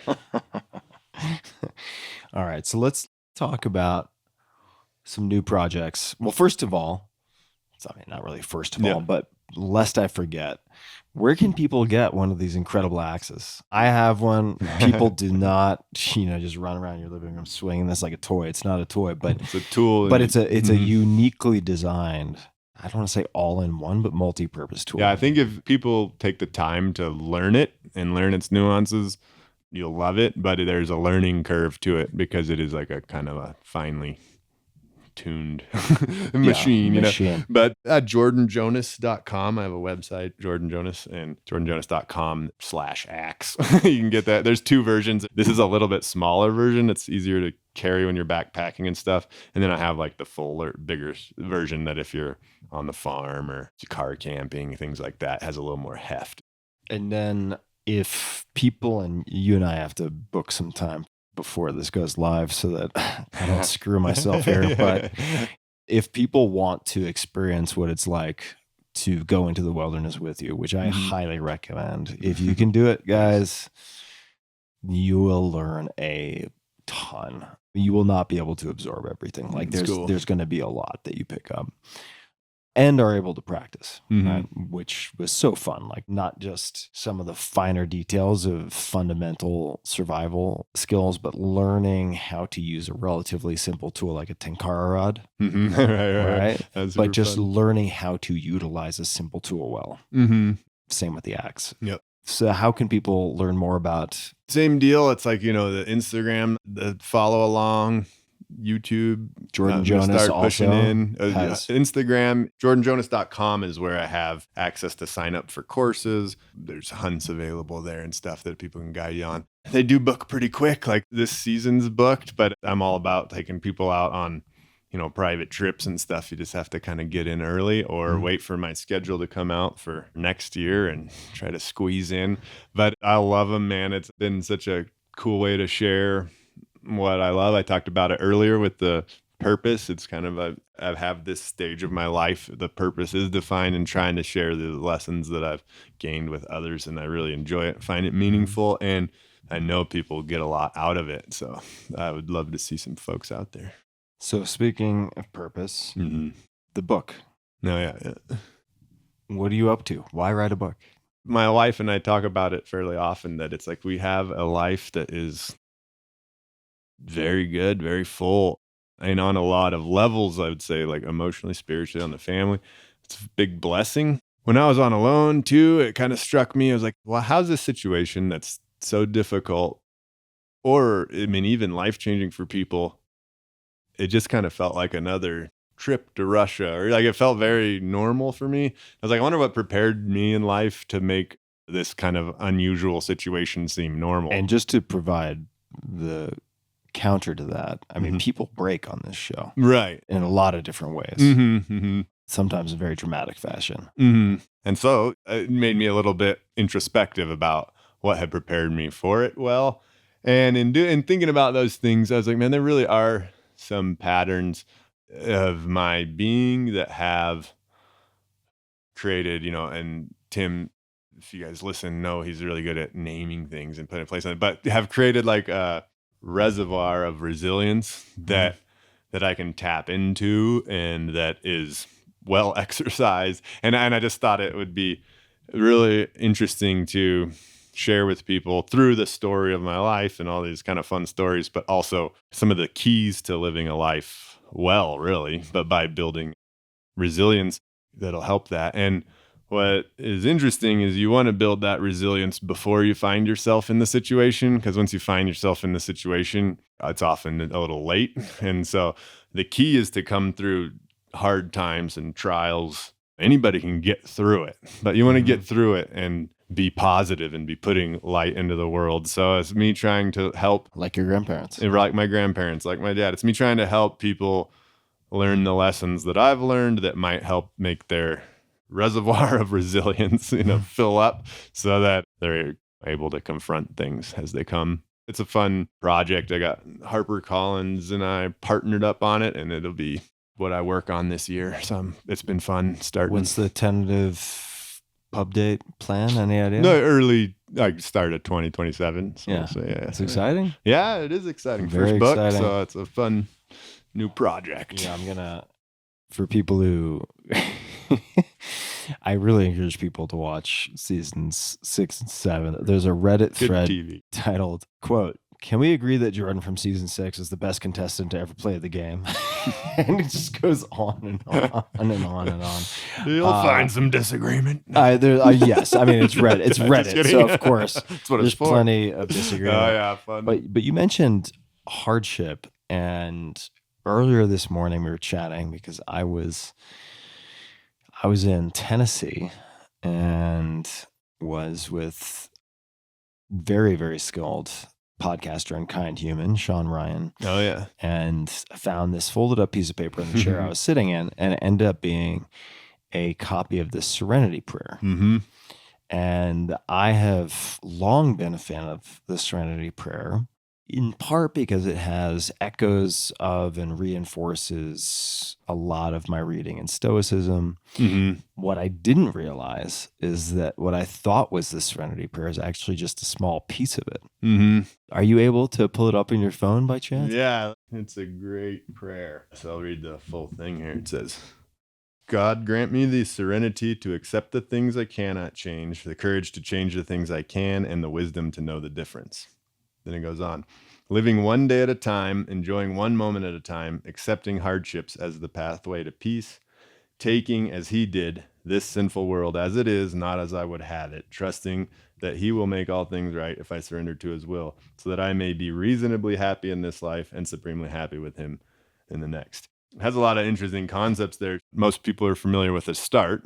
The very beginning. Right. The next one is like living one day at a time, enjoying one moment at a time. There was that lesson I got slapped with on alone, whereas I'm worried about the future and worried that ended up not coming. And then accepting hardship as the pathway to peace, as we were discussing this morning. Quite a profound bit of wisdom in that. There's a lot prayer. in there. Yeah. Right. It's just, I mean, some of my favorite maybe concepts, maxims from Buddhists, philosophy, from Stoicism. I mean, it is so neatly wrapped into the Serenity. Stoicism, it's so beautifully put, and it just kind of blew my mind that I had such a partial understanding of it. Yeah, yeah. Because I only knew, I think like most people, the very beginning and not the rest.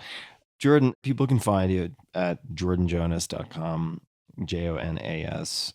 They can find you on Instagram and YouTube at HoboJordan. Makes me laugh every time I say it. Is there anything else you'd like to say? Anything you'd like to add? Ask of my audience. We've all been noticing lately that the political division is ramping up more and more.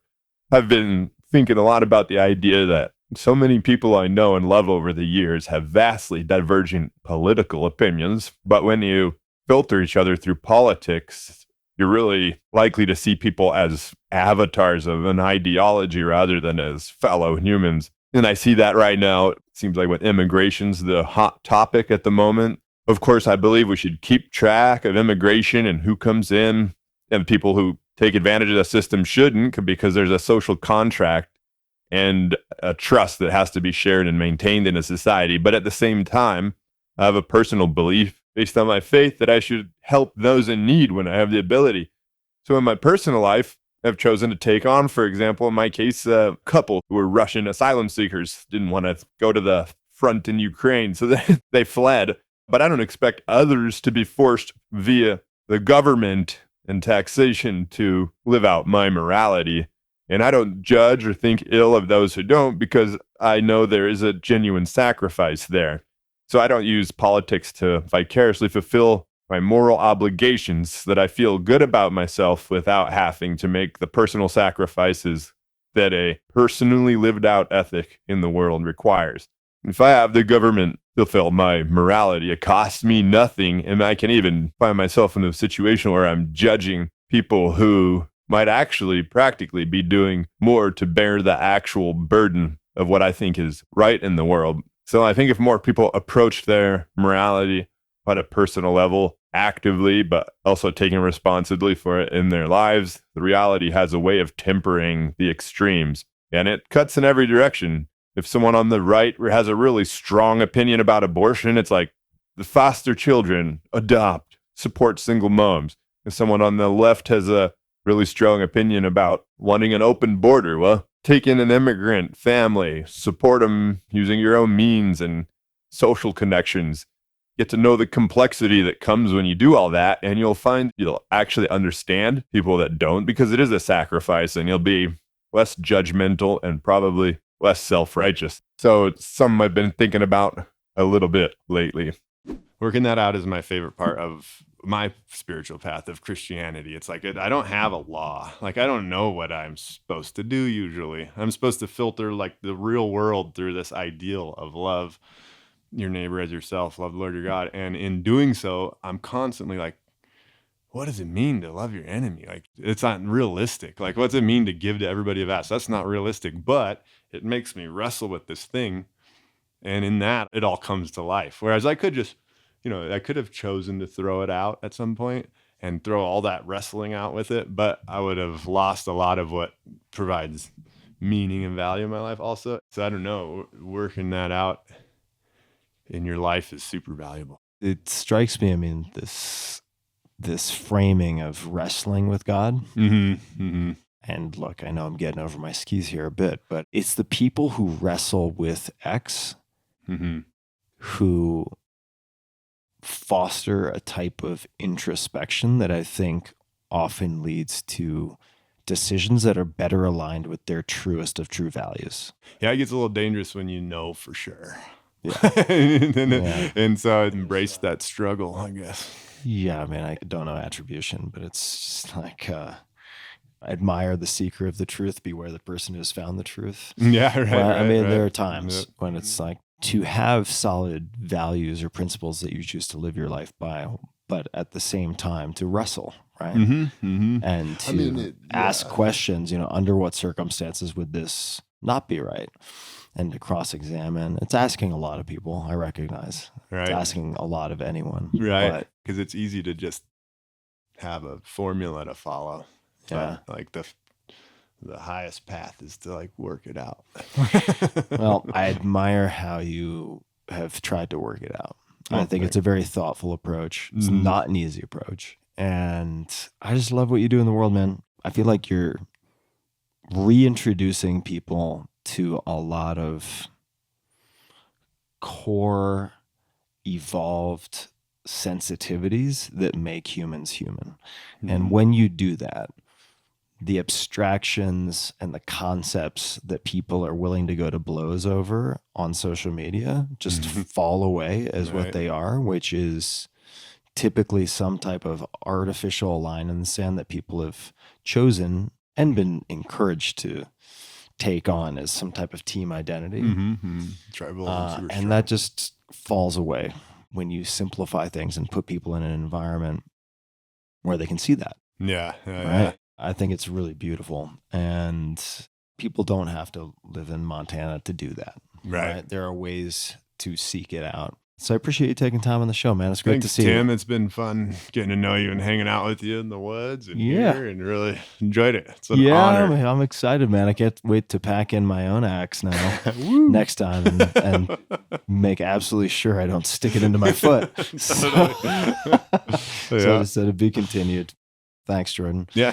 And for people listening, we'll link to all sorts of things in the show notes at tim.blog/podcast. Just search Jordan.